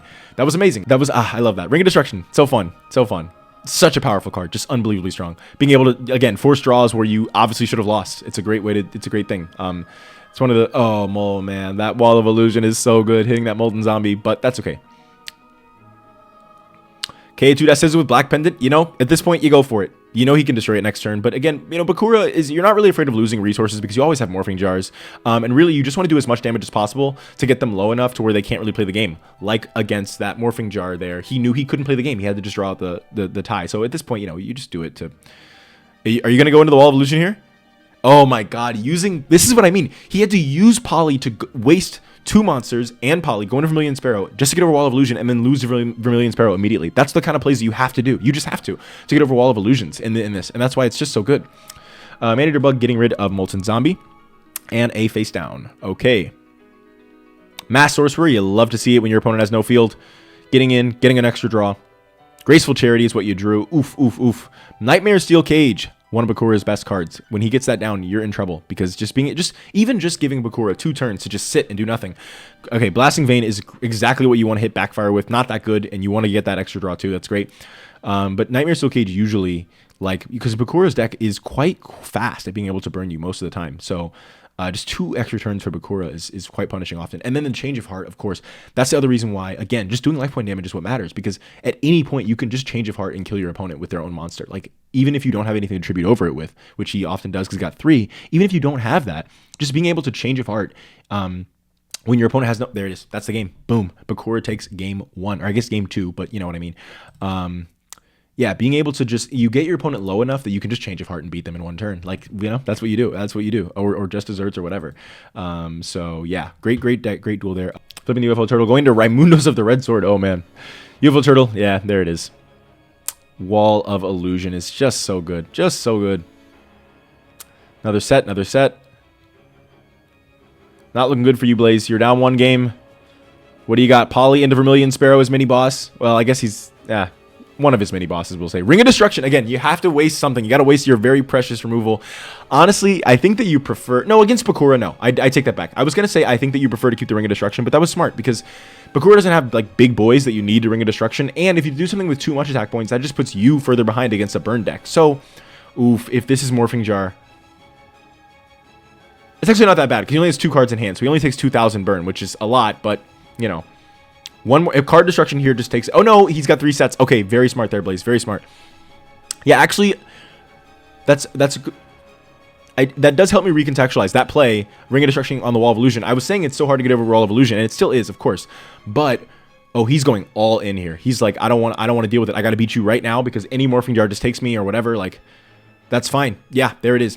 The thing is, using your monster removal to get rid of Wall of Illusion against Bakura isn't as bad because it's basically exactly what you need your monster destruction for. He's almost never just beating you with big boys unless he's got a Domo with a black pendant or something like that. So instead of using your monster removal on strong monsters like you would against other players, you actually can kind of just save it for Wall of Illusion, and that's not too punishing. So that is like an extra part of the balance that I hadn't really thought about. Because I was saying, like, oh, you have to waste your precious monster removal. And it's like, it's not that precious against Bakura. You use it on Wall of Illusion. What else do you use it on? So it's still obviously an extremely powerful card that can decide entire games and things. But I'm just saying, that's an added context. And so that Ring of Destruction play on the Wall of Illusion was very smart there. That's all I'm saying. Change of Heart on Molten Zombie. Oof, oof, oof. And the Mass Sorcerer. He's doing it just to get damage and get a card advantage. Again, he has 3 Change of Hearts. Why not? Do it. Who cares? Who cares? You get an extra draw. You do a lot of damage. Not looking good for you, Blaze. Not looking good. Okay, Little Chimera is this is what I was saying earlier with the Milos Radiant against Kaiba's Wall of Illusion. Little Chimera, Milos Radiant, Hoshiningen, that kind of stuff. That is your best bet against Wall of Illusion. It is like the one way in which you actually don't have to use a resource to get rid of Wall of Illusion. So yeah, exactly what you want there. Pot of Greed, 2 face downs. Down to the wire here. I'm loving this. I'm loving this. I'm loving this. I'm loving this. K2 Death Scissors with 1 black pendant. That's, yeah. Again, you take those. What else do you use it for? You don't have a lot of stuff that you need black pendant for. Use it to do burn with K2 Death Scissors. He's down low. He's down real low. And he contribute for Doma. Do 500 more damage, black pendant. Oof, oof, oof, oof, oof. 1 Morphing Jar Magical Thorns takes it at this point. Oh, God. He took damage there just to do that. Okay, he's going in big. He's going in big. He's going in big. He has to. Inferno is one of his new cards. He's only got 1 copy of it. It does 1500 burn upon destroying a monster. MST is so bad there. Oh, my God. That would have been enough to take the game, potentially. And with Little Chimera, that's enough to get over Wall of Illusion. Oh my God. Oh my gosh. This is a good game. This is a great game. I still think Bakura, I mean, it's so little burn damage left to do. Change of Heart. Tribute to the Doomed.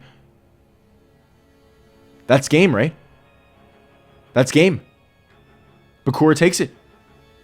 Bakura takes it. That was an incredible game. What an incredible game. Rio Bakura, he takes it. Blaze is not going to be happy about that, but he put up a good fight, but that's not going to be good enough for Blaze, unfortunately.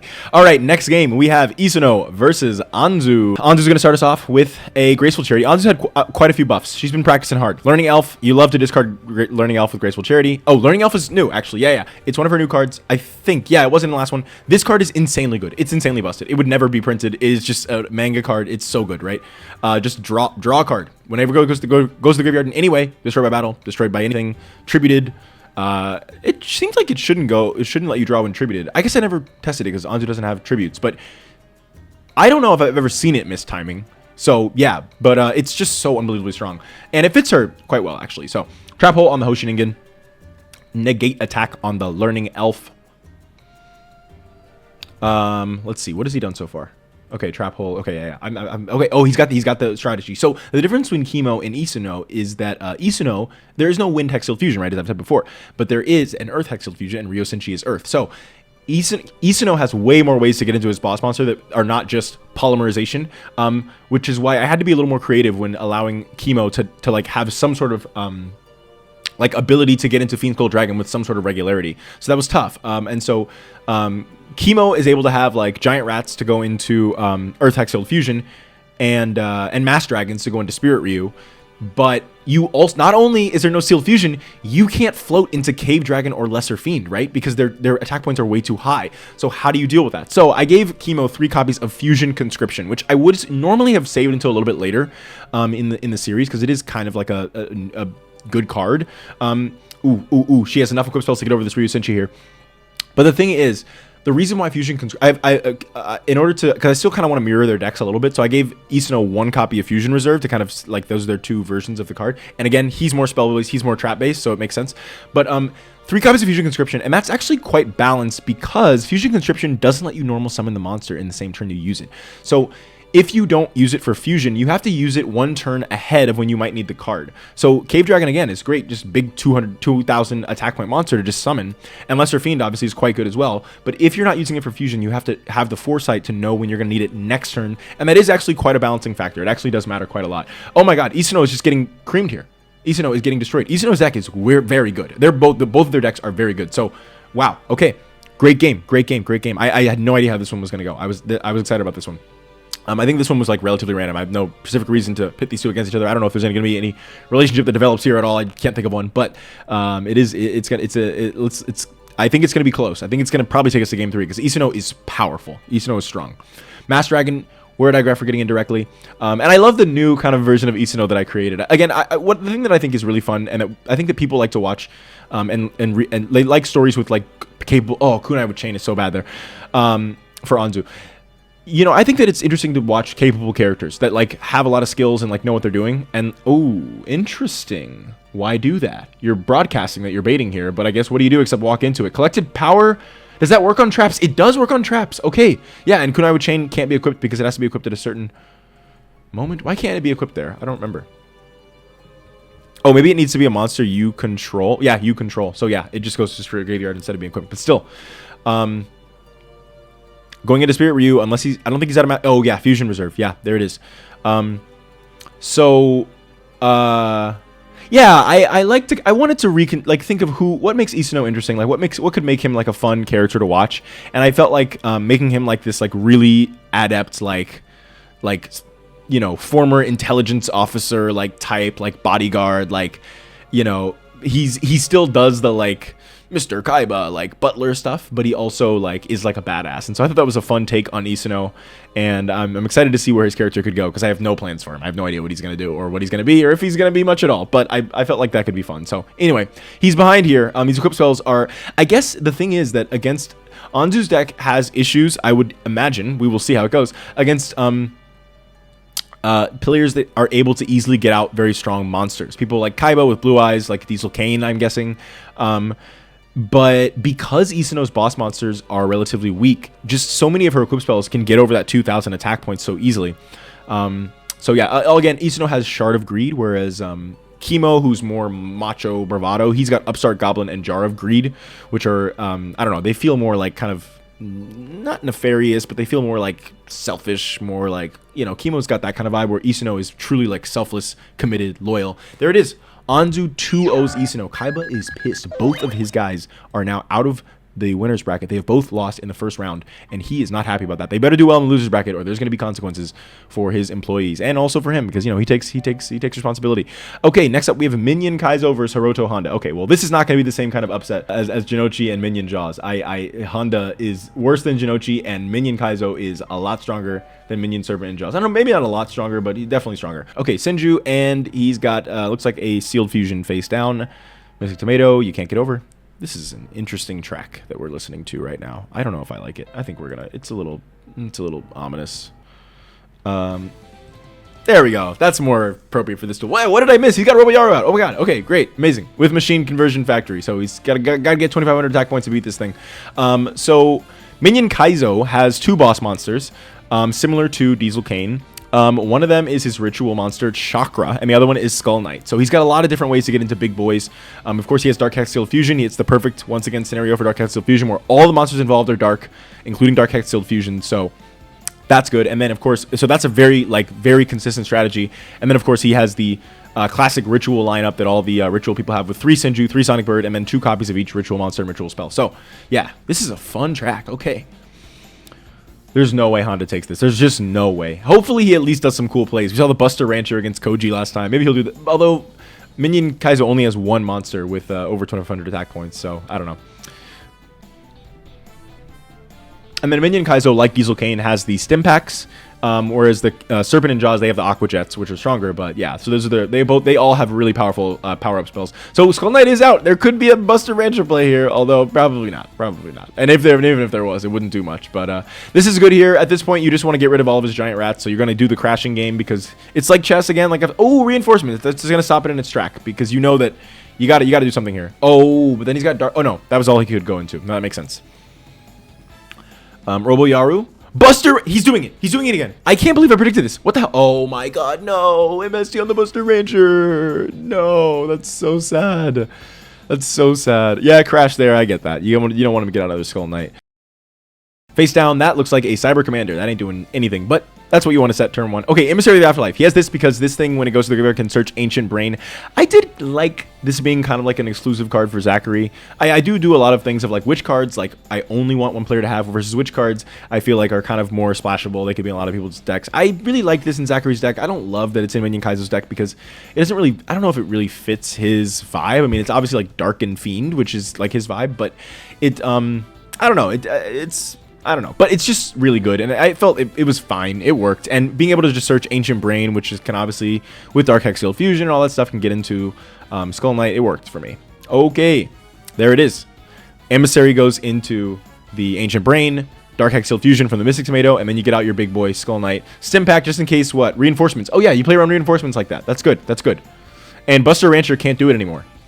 Wait, no. Yes, it can. With Roboyaru, it could. 900. Yeah, no, it could. It could. And now it definitely could after Stim Pack starts weakening the monster. Oh my god, he's got everything. He doesn't have to worry. There's no dark holes. Honda doesn't have any dark holes, dog. No way. Okay, 500 damage. Mecha Bunny, another one. You love that you got Mecha Bunnies when his field's looking like this, but there's basically no way Honda comes back from this. He can't wipe the field. He has very little monster destruction. Yeah, this is an easy 2-0 from Minion Kaizo. There's just no way. There's just no way. Unfortunately, Honda, you are not the reversal player, you know? Jinochi, he's got that main character energy, brother, and you just do not. Unfortunately, Honda is going to lose the game, as was expected. There it is, folks. Alright, next up we have Rinko Aomi versus Karako Himokoji. You know why I did this one, of course, because these two are...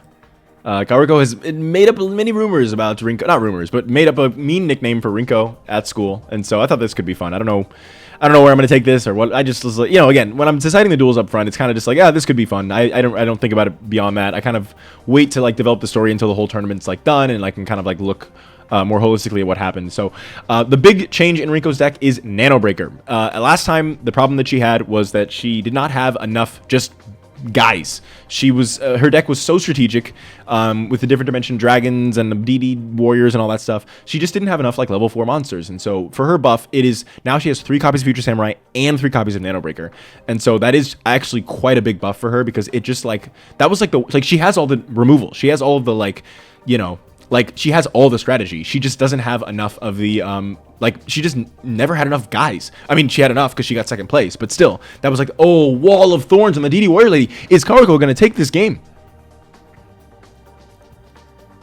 She didn't have anything else to push the advantage, but still, I think Karako has 3 Malevolent Nuzzlers now. So that was like one of her buffs. And again, I forgot to give her Dark Hexfield Fusion, and it would have been perfect for her. It would have been perfect. I gave her one more Mystic Tomato target, Revival Rose, which is good. It's quite good in this deck. But the big thing with her is that she doesn't have enough Mystic Tomato targets. She only has 2 Feral Imps and 1 Revival Rose now.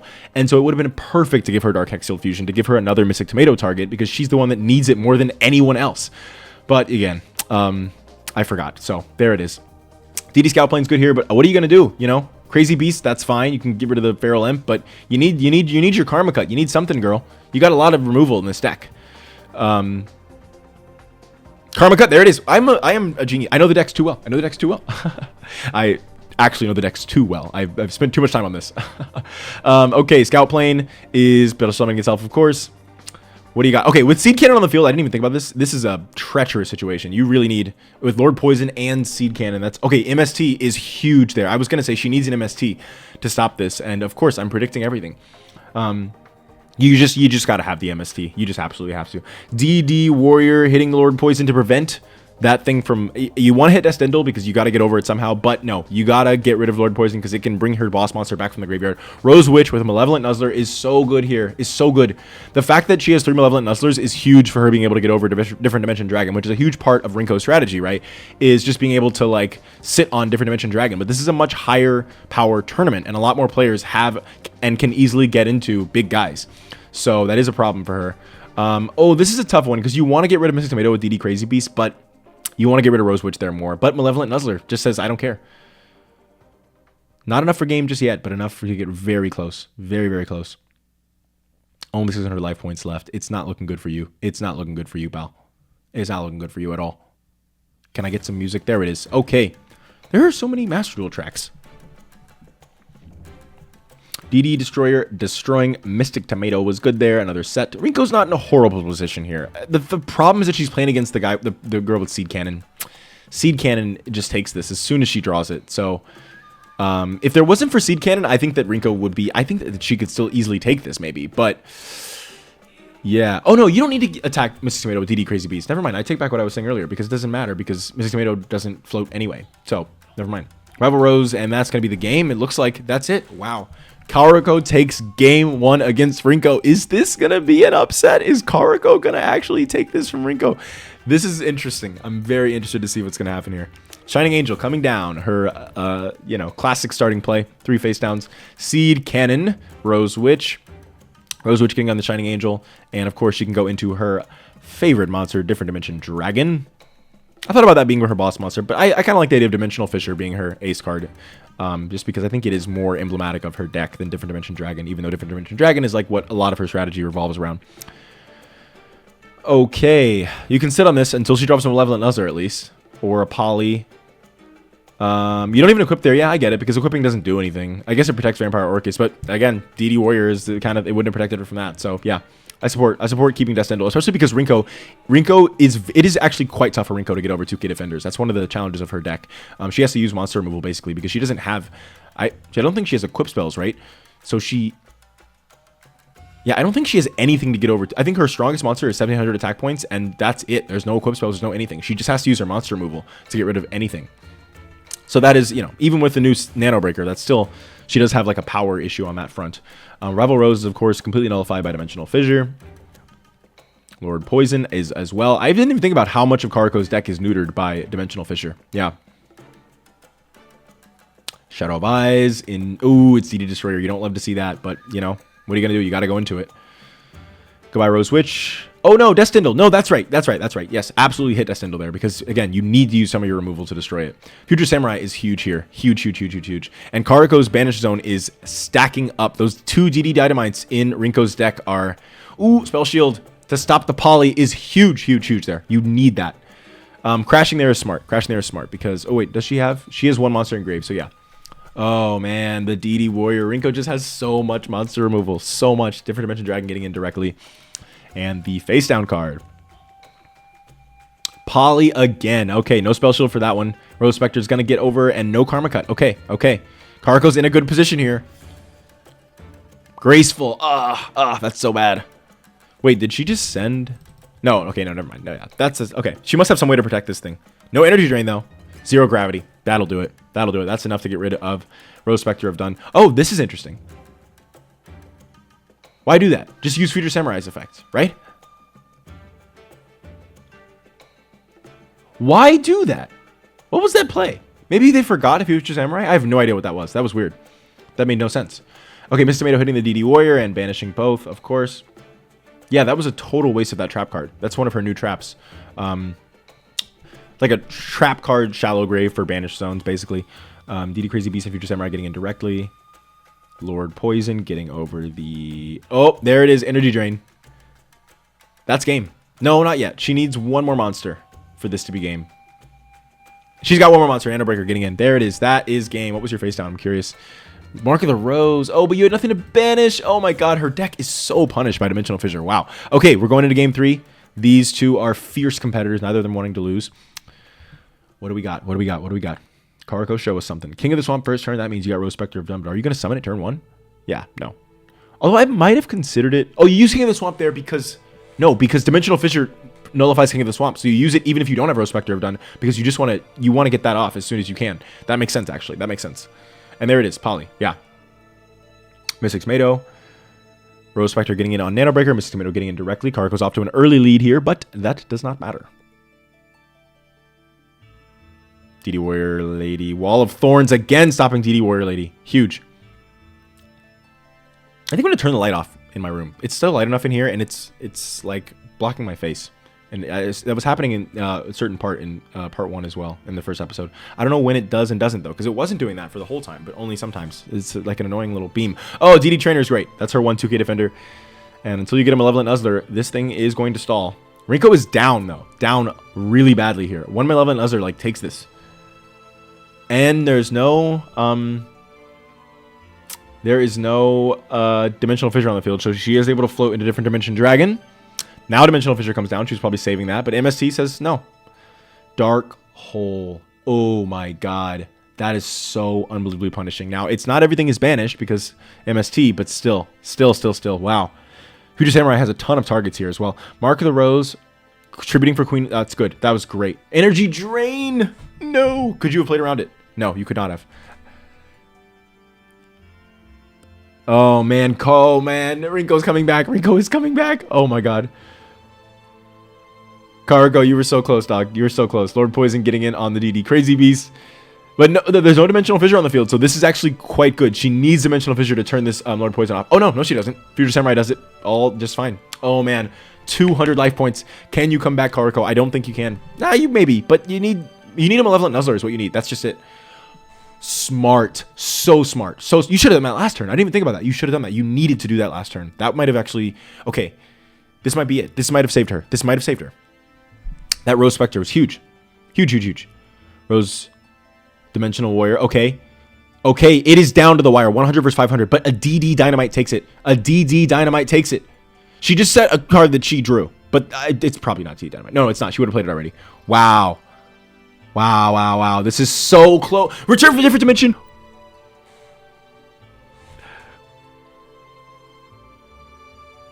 What does she draw here? Oh my god, Graceful. Is it DD Dynamite? You want your DD Dynamite. You need the DD Dynamite. What is it? What did she... Oh my god. There it is. Oh my god. She Gracefuled into DD Dynamite. That's crazy. What did she even... I can't look at the graveyard anymore. Oh my god. Wow. What a game. Okay. And there it is. Rinko is defeating her bully, Karako. All right, next up we have the zombie face-off. Zachary versus Reyna Taker. They are on the correct sides. Let's see. Okay, Reyna's going to start us off with a Poison Mummy face down, looks like. Foolish Burial. You love to see it first turn if you're Zachary. Double Foolish Burial. You love to see that first turn if you're Zachary. 2 Skull Servants already in the grave to set up that one big boy king of the Skull Servants. Decayed Commander with the Zombie Tiger coming in, potentially able to discard the last card in hand. With Black Pendant. You love that. Okay. Oh my god, a 3rd Skull Servant. Wow. And Goblin Zombie can't search anymore, King of the Skull Servants. That was like he had a perfect setup for King of the Skull Servant. Oh, he must have drawn Lich Lord. What a draw there. What a draw. Graceful Revival right into the... Oh, man. That's huge. Flipping Poison Mummy because you're going to tribute it for your own Ryukoki, right? Yeah. And another Black Pendant. Okay, Reyna is off to a very... This is like... You need King of the Soul Servants right now. Like, even drawing Goblin Zombie to just search it is going to be a little slow. It could still take, like, bring you back. But, yeah, I guess you do that. Yeah, you have to do that. It's still anybody's game, but it's really, really strong for Reyna right now. Yeah, I wouldn't say... We're past the point of anybody's game. We're in the point of strongly, bigly. Oh, Golden Appetite. That's game. That is the game, folks. Reyna is taking an easy game 1 after Zachary gets off to a good start, but getting rid of that Goblin Zombie with a Decayed Commander was just enough to make the difference. Okay. Zachary starting us off with a face-down monster and nothing else. Okay. Reyna getting it on Giant Rat, or no, Reyna summoning Giant Rat, getting it on Mystic Tomato, going into another Mystic Tomato, so he doesn't have anything that he can tribute for Lich Lord, or he doesn't have Lich Lord, because he would have just gone into something like Skull Servant to tribute. Emissary of the Afterlife, Everling Underworld Cannon, Card of Safe Return, okay. He's got his continuous spell support cards out. Giant Rat into Giant Rat, Mystic Tomato to Crash. I support this, I guess. Yeah. You want to just kind of get rid of all of her stuff. But do you have a 1500 attack my monster? Oh, no. You okay, but you can go into Goblin Zombie, which you like. Yeah, that's fine. Even though she gets the stronger monster in the end, that's still fine. Now she has no more Giant Rats. Oh my god, another Decayed Commander. This is going to do some discarding. Black Pendant. Another Decayed Commander Zombie Tiger Black Pendant combo. Okay, and by the way, yeah, Black Pendant is Reyna's new... instead of Violet Crystal, she finally got a decent equip spell. Oh my god, you hit the Skull Servant that he just searched? That's insanely bad luck. He just searched a Skull Servant, and then you put it in the graveyard, which is where he likes it. And we got spoiled that he does have King of the Skull Servants in his hand. Silent Doom to get him an 800 draw and tribute for Lich Lord. Oh, that's exactly what his deck loves to do. Like, this is his deck running on all cylinders right now. This is exactly what it's built for. Hitting the Cade Commander there was good because another Black Pendant would get over Lich Lord. Ryukoki, crash, do it. Who cares? Yeah, do it. And getting rid of a card in his hand, a Goblin Zombie, which is, you know, that's pretty rough. Premature Burial into Ryukoki, into Goblin Zombie. Ryukoki hitting the Goblin Zombie. What do you get? A Skull Servant, but you need to get that into the graveyard somehow in order for this King of the Skull Servants in your hand to do anything. Oh, that was scary. If he would have hit King of the Skull Servants, that would have been pretty bad. Foolish. Oh, and Tribute to the Doomed. Dude, what an insane. Is this MFR cheating? That's insane that he got, first of all, didn't hit King of the Skull Servants out of his hand, which would have been bad. Had Foolish Burial. He just drew the Foolish Burial to send the last Skull Servant, and then had Tribute to the Doomed already. Like, what an insanely perfect play. That was like everything he needed exactly as he wanted it. Wow. By the way, card to save return does miss timing for King of the Skull Servant's effect when it summons itself from the graveyard. So, yeah. Like when destroyed by battle, King of the Skull Servant, I mean, card to save return can't be in the middle of the damage step because it does miss timing. Destroy that Giant X Mummy. Not looking good for you, Reyna. Not looking good at all.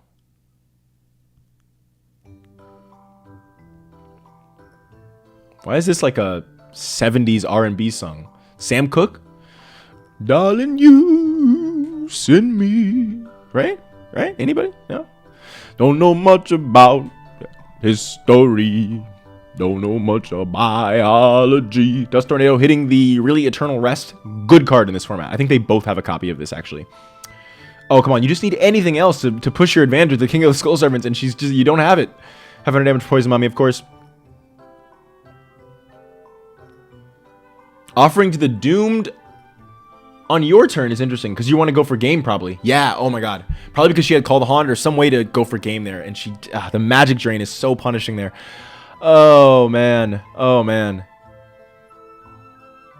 I'm dying. I gotta know what's in her. Call the Haunted. She was trying to go for game. Oh, that Magic Drain. That Magic Drain. Soul Taker. This time it'll do it though. Oh, but this isn't game anymore. Wait. Oh, because you don't want him to be able to MST or Call the Haunted. That's good. Graceful Revival. No. 800 and a draw. Oh my god. Oh no. Oh no. Oh, and then he's like, okay, Soul Taker? No, that's what we live. Okay, I'll show you a Soul Taker. And there's the game. Zachary takes game number 2. We're going to game 3, folks. We're going to game 3. Okay. Reyna drawing. This is the nice, you know, fun Pallet Town music for the for the zombie face-off. This is really appropriate. And 3 face downs from Zachary. We're getting into the Heavy Storm era. I'm starting to test some of the deck, like not now, but next time. I'm starting to test some of the decks, and in my testing, I am like continuously forgetting that you got to play around Heavy Storm now. So I've gotten so used to in testing these decks, just like being like, telling the players like, hey, you guys can just set everything you want, just set it all. There's no Heavy Storms, but that's about to change. So it's a whole new meta coming up soon. But no spoilers, of course, even though I've kind of already spoiled the next few episodes. Okay, Gamazabi moving to defense mode. Decayed Commander. Reyna's got a ton of stuff here. Lich Lord. Decayed Commander. Oh, Trapole Spikes. You don't want that. Yeah, you don't want that discard. Well, maybe you do, but depends on what you got. Yeah, I don't know why I said Sam Cooke. This is just Pallet Town, or this is me when I'm a Gen 8 starting town. Like, it just... Every starting town. This is starting town Pokemon music, like 100%.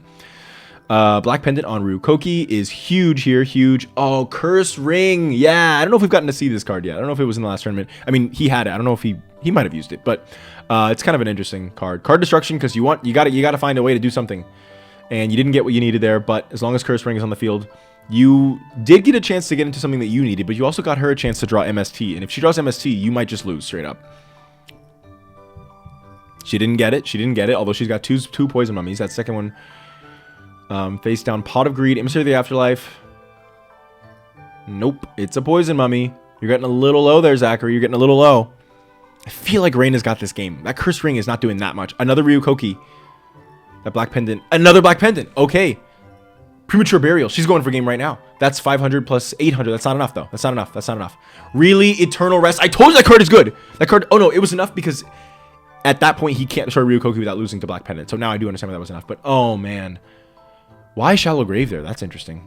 I guess just to like, try not to lose. Yeah, try not to lose. That makes sense, actually. Because Lich Lord can't destroy both of those monsters. So it does make sense. You just move your emissary. Oh, you moved into defense mode because you're at solo life points. Yeah, one Black Pendant Ryukoki, you lose the game. Speaking of, can we see it? No. No. Oh, no, Reyna. Oh, no, Reyna. Uh-oh. Looks like Reyna is going down a bad... Well, no, she's not out of the tournament yet. I forgot. I forget this is just winner's bracket. But, man, if Reyna loses just... Oh, man, she's lost in the first round again. Did she lose the first round last time? No. No, she beat Shogu, right? Anyway, I don't know. Anyways... Zachary is moving forward. Reyna Taker to the losers bracket. Next up, we have Wisteria versus Diva. So she starts off with Maiden in the Moonlight. He's got a face-down monster. She got double Maiden in the Moonlight. That's obviously an Apprentice Magician. We saw that coming. Second Apprentice Magician coming down. Is she going to attack it? She is. Apprentice Magician going into another Apprentice Magician. Okay, so he doesn't have... I guess, yeah, you don't need Old Vindictive here. You have no spells engraved for Magician of Faith. So, yeah, I see that. I see that play. Kyaku Tenno Megami getting in on the Maiden in the Moonlight. This is Domino High Rank 3 versus Domino High Rank 4, I believe. Yeah. MST on the Malevolent Nuzzler is so punishing there. So punishing. And she didn't actually put it back on top of the deck, which is interesting. I would have expected her to do that. And he's got his own Maiden in the Moonlight. He has one copy of it as well. So getting in with his Maiden in the Moonlight. What do you got, Wisteria? Come on. Card Destruction. Just to like reset her hand, try to get something. And she did draw the Malevolent Nuzzler that she needed. Is he going to stop this? Spellbinding Circle in the damage step. That's going to get rid of. That is obviously the anime version of Spellbinding Circle, by the way. Okay, that is game one going to Diva. Easily takes out Wisteria. Wow. Wow. Wisteria, what happened? You're number 3. Did I not make you strong enough? Yeah, those King of the Swamp should be Dark Hextile Fusions. I said Wisteria and Karako are the two that I forgot that for. So, sorry. She has less of the... I think she only has one King of the Swamp, one Poly, because again, like, this card is bad, right? So I replaced most of the stuff that go into this, or like most of the stuff that is made for this, like the Polys and the King of the Swamps and stuff with other stuff, but she has one of each, I think. And then the Blackline Fire Dragon and Snake here are just generic, like good level 4s, so they're still here. But oof. Book of Moon into Change of Heart, into a ton of damage, into obviously tributing it here. Yeah, Chaos Command Magician. Oh, that's so punishing. That's so punishing. I think Wisteria could have had Change of Heart now that I think about it. I think that kind of fits her like vibe. Snake Hair hitting in on Chaos Command Magician. Soul Taker is great there. Oh man, and White Magical Hat is so punishing here. He got Mass Sorcerer and White Magical Hat here in this game. No, that was last game. Shadow Spell. Okay, at that point, I guess you just have to do that because... Oh, probably because you have like a 1500 hand. Yeah, there it is. Of course you hit White Magical Hat first, yes. But if he has MST, that's punishing, but still. Still. Yeah. That looks like a Sorcerer of the Doomed or an Ancient Elf. The Dark Light versions of each other. They have the same stat line. Snake Hair getting in on the other Magic Swordsman. Shadow Ghoul, one of Diva's new cards. Yeah. Oh, and Time Seal. Another one of Diva's new cards. I love Time Seal. Love this card. It's not that good, but I just love it. Mass Sorcerer. Oh, man. So now he did get White Magical Hat and Mass Sorcerer in this game. I think Shadow Ghoul just kind of fits Diva's whole... I mentioned last time, I kind of like the idea of him making like, oh, Allure of Darkness with no cards in hand is so... Okay. It worked out, kind of. Karma Cut. Wisteria 2-0'd easily by Diva. He stopped her at every step of the way. Wow. But yeah, Shadow Ghoul, like loading up your monsters into the graveyard, sacrifice plays, like that kind of fits there. And then again, Time Seal, Diva's other thing is like kind of card advantage and messing with the opponent's hand and drawing cards and stuff. So yeah. Next up, we have Mr. Clown versus Bright Sparks, the last duel in round 1 of the tournament. Mr. Clown's deck is another one of those that took me a long time to balance. There was a point where Mr. Clown was winning every game again, and I was like, ugh. This is hard. Bright Sparks Blast Magician attacking the face down, and it's a giant rat. Okay. That was one of the changes that I made like halfway through was I didn't originally want to give him giant rat because I thought the giant rat going into Dream Clown was just so good. And that is a big thing that you just have to play around in this. Yeah, sorry. I was thinking it was Bright's turn there. Yeah. If you attack into a giant rat without having a plan for how to kill the Dream Clown, you will pay. You will be very sad about that. So... Oh my god, so good, Bright. So good. Rope of Life, Salamandra. That's why she said all those cards, Rope of Life, by the way. But Giant Rat in the Clown deck is so good because killing one Giant Rat basically just gives your opponent a free kill of your monster. So I eventually did give him Giant Rat. He also has Mystic Tomato, so he has a lot of floaters. But in exchange for that, I took out some of the other good stuff that he had. So I like had to balance the Dream Clown Giant Rat versus Staples. He still has a decent amount of staples. His deck is still good, but once I added the Giant Rat Dream Clown combo, he was so strong but I wanted it in there because I just like it. I don't know. And so I had to rebalance some of the other stuff. So it was tough. It was tough. She does have our new boss monster, Ignahorse Dragoneth. I think this card is a lot less cool and like majestic than Firewing Pegasus, but it's a fire monster that is a vanilla that will not be good in any other format going forward. And it's a horse. So it's like, it's too good not to have for Bright. Come on. But I do think Firewing Pegasus like fits her more. You know, I kind of hinted at this briefly last time. The Blaze is the destructive version of fire, and Bright is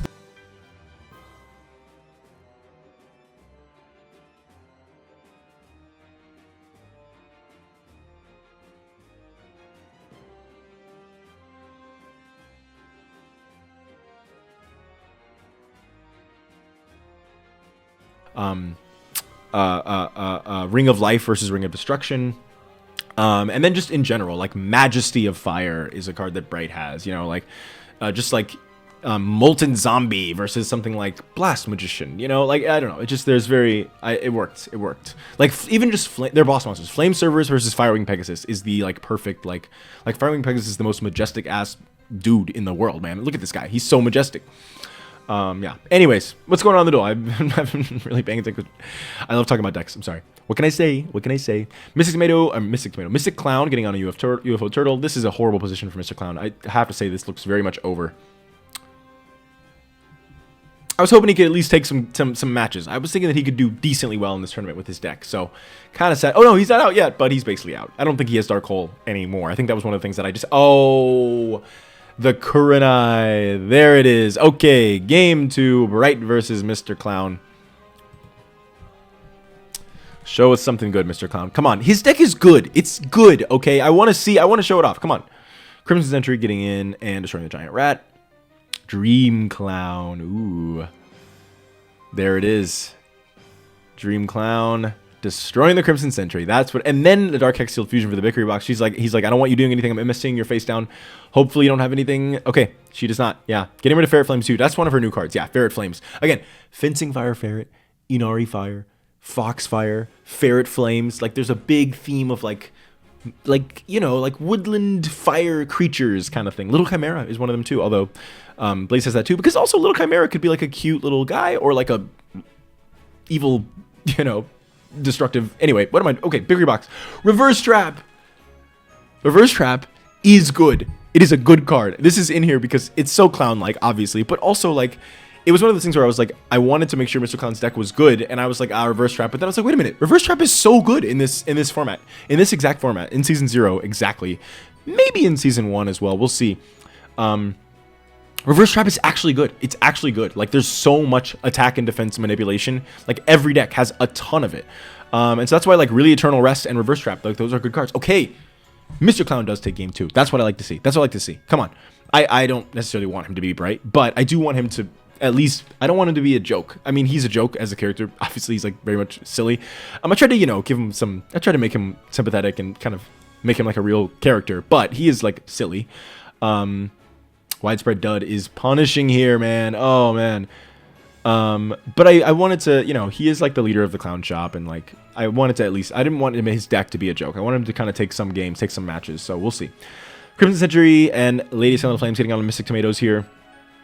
We'll allow him to go into like a Crash Clown or something, but without a Dark Hex Sealed Fusion, he might have one.